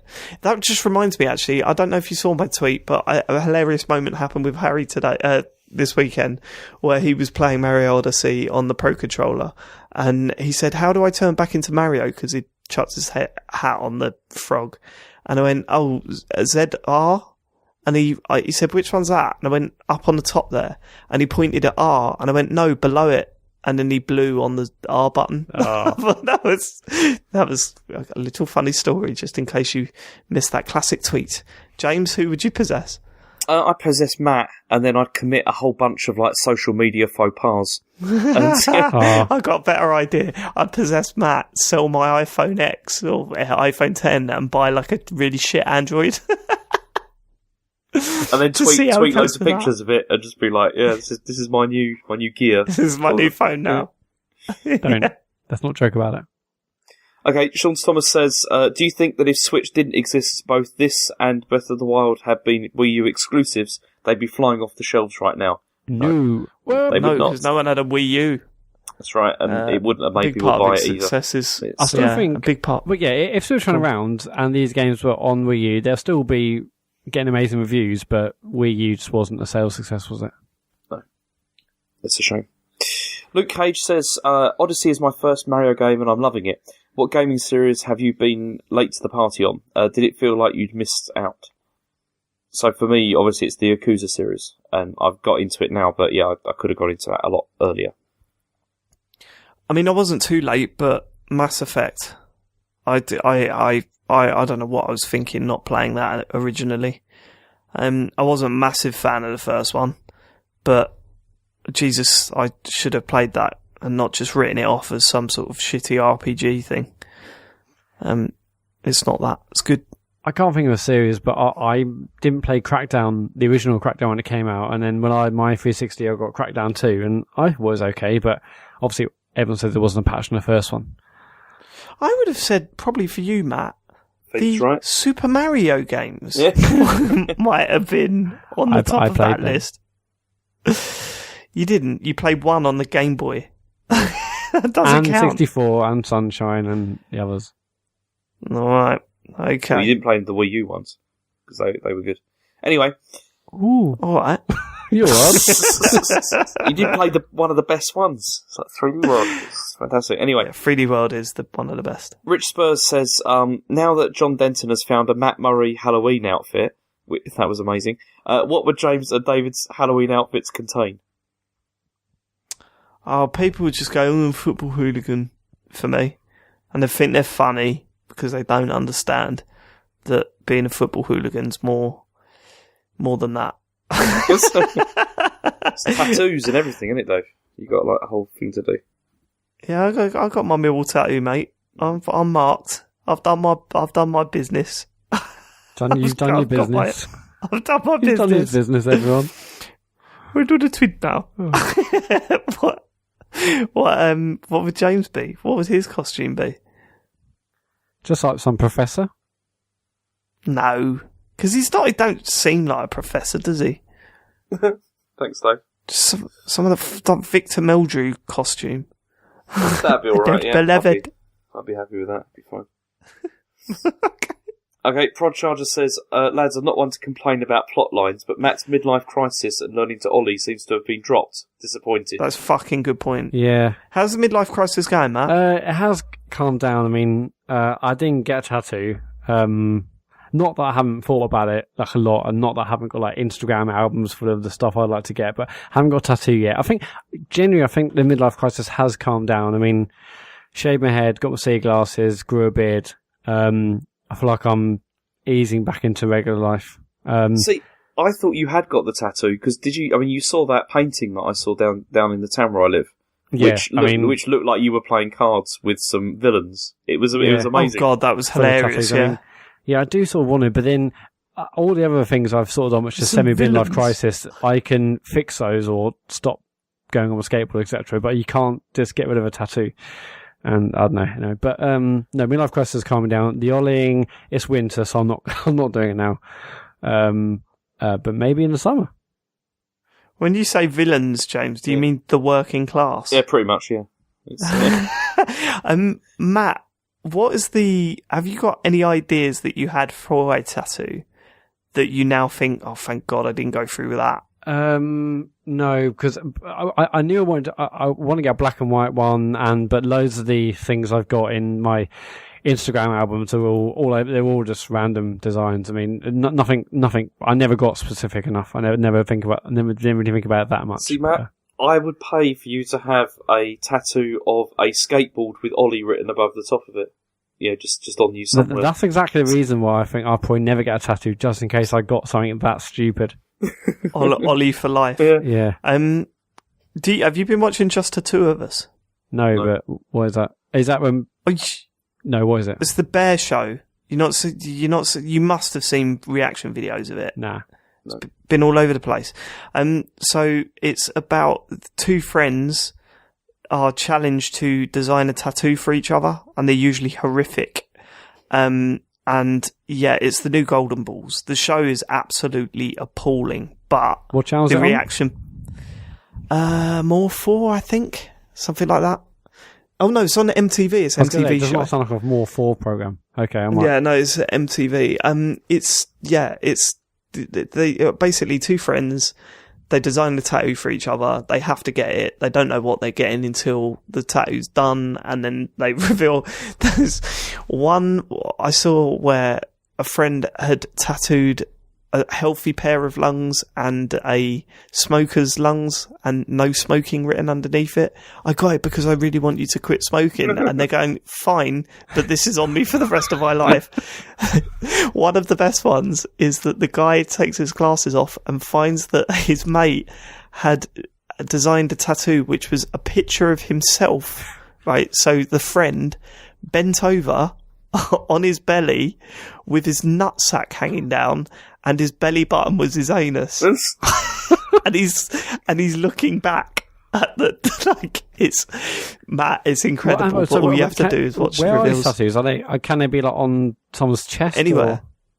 There was one. There was two women doing it, and one of them designed a tattoo for their friend, which was a hand pulling out a blooded tampon just tattooed inside the leg. What? It was... okay. Matt, you got to see it's insane. I think you two need to go on the show.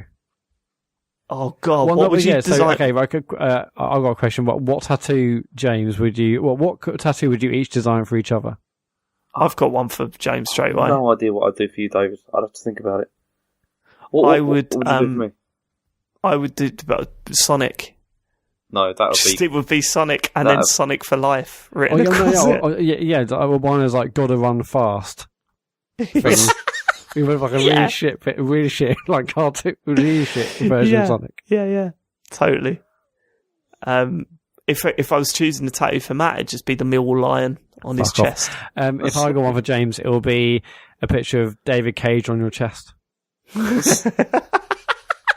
No, it's Blake. Actually, I'd want Blake. I was thinking about that for Matt, and it would probably be Ben. It would probably be Ben for Matt. Oh. Just a picture of Ben from The Walking Dead season 1. Yeah, black and white. James, you got no imagination, no? No, not at the moment. Good. Okay, Louis Belfort says, just finished Resident Evil 7 and really liked it, but kind of wished I played it in VR. Has Matt played it in VR? If not, I think he'd enjoy it. You wouldn't, would you, Matt? Because you hate that kind of thing. Well, yeah, I played a demo in VR, and that was like, you can do the whole demo in 15 minutes. It took me 4 evenings, because I kept having to take the headset off because it was too much for me. Everyone says it's amazing. It's an incredible VR experience, but it's just a little bit too intense for me, in all honesty. Shame, but yeah, it looks incredible.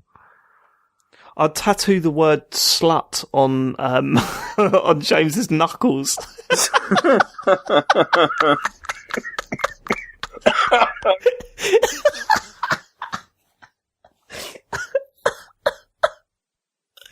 Imagine him trying to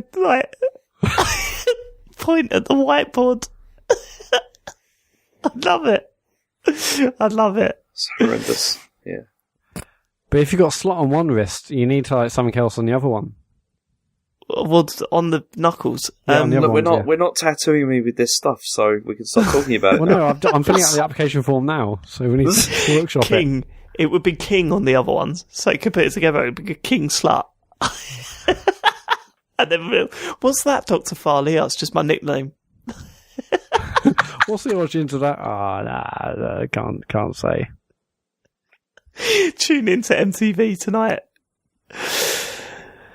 And that's it. James, we've got no more. We're all done. Cool. Wicked. It's the social media bit now. Follow us on Twitter. We're at Computer Game on Twitter. Obviously, James is doing some streams, and I might in 2019. So it's twitch.tv/The Computer Game Show if you want to watch our streams and archive and the edited version of James's streams on a YouTube channel. Just search us over there. We'd love you to leave some reviews on Apple Podcasts or iTunes, whatever you want to call it. Leave some reviews. That'd be fantastic. If you want to get involved in our Discord, there's loads of people talking every single day. Link to Discord is twinned to the top of our Twitter account, so just go there and get involved in the community. The Discord chat is a genuine success. Yeah. I give you that, Matt. Yeah, there's a whole load of amazing people in there. Even if they are mostly slagging me off, saying I'm an idiot. But fair. That's why I like it. Yeah, fair. I deserve it. I'd also like to say that if you have enjoyed the past month's worth of content, then we have a tip jar if you'd like to show your appreciation for the show and contribute. Where can they get to that, Matt? That's paypal.me/The Computer Game Show. Yeah, so, give us your fucking money. We'll catch you next week. Thanks for living it.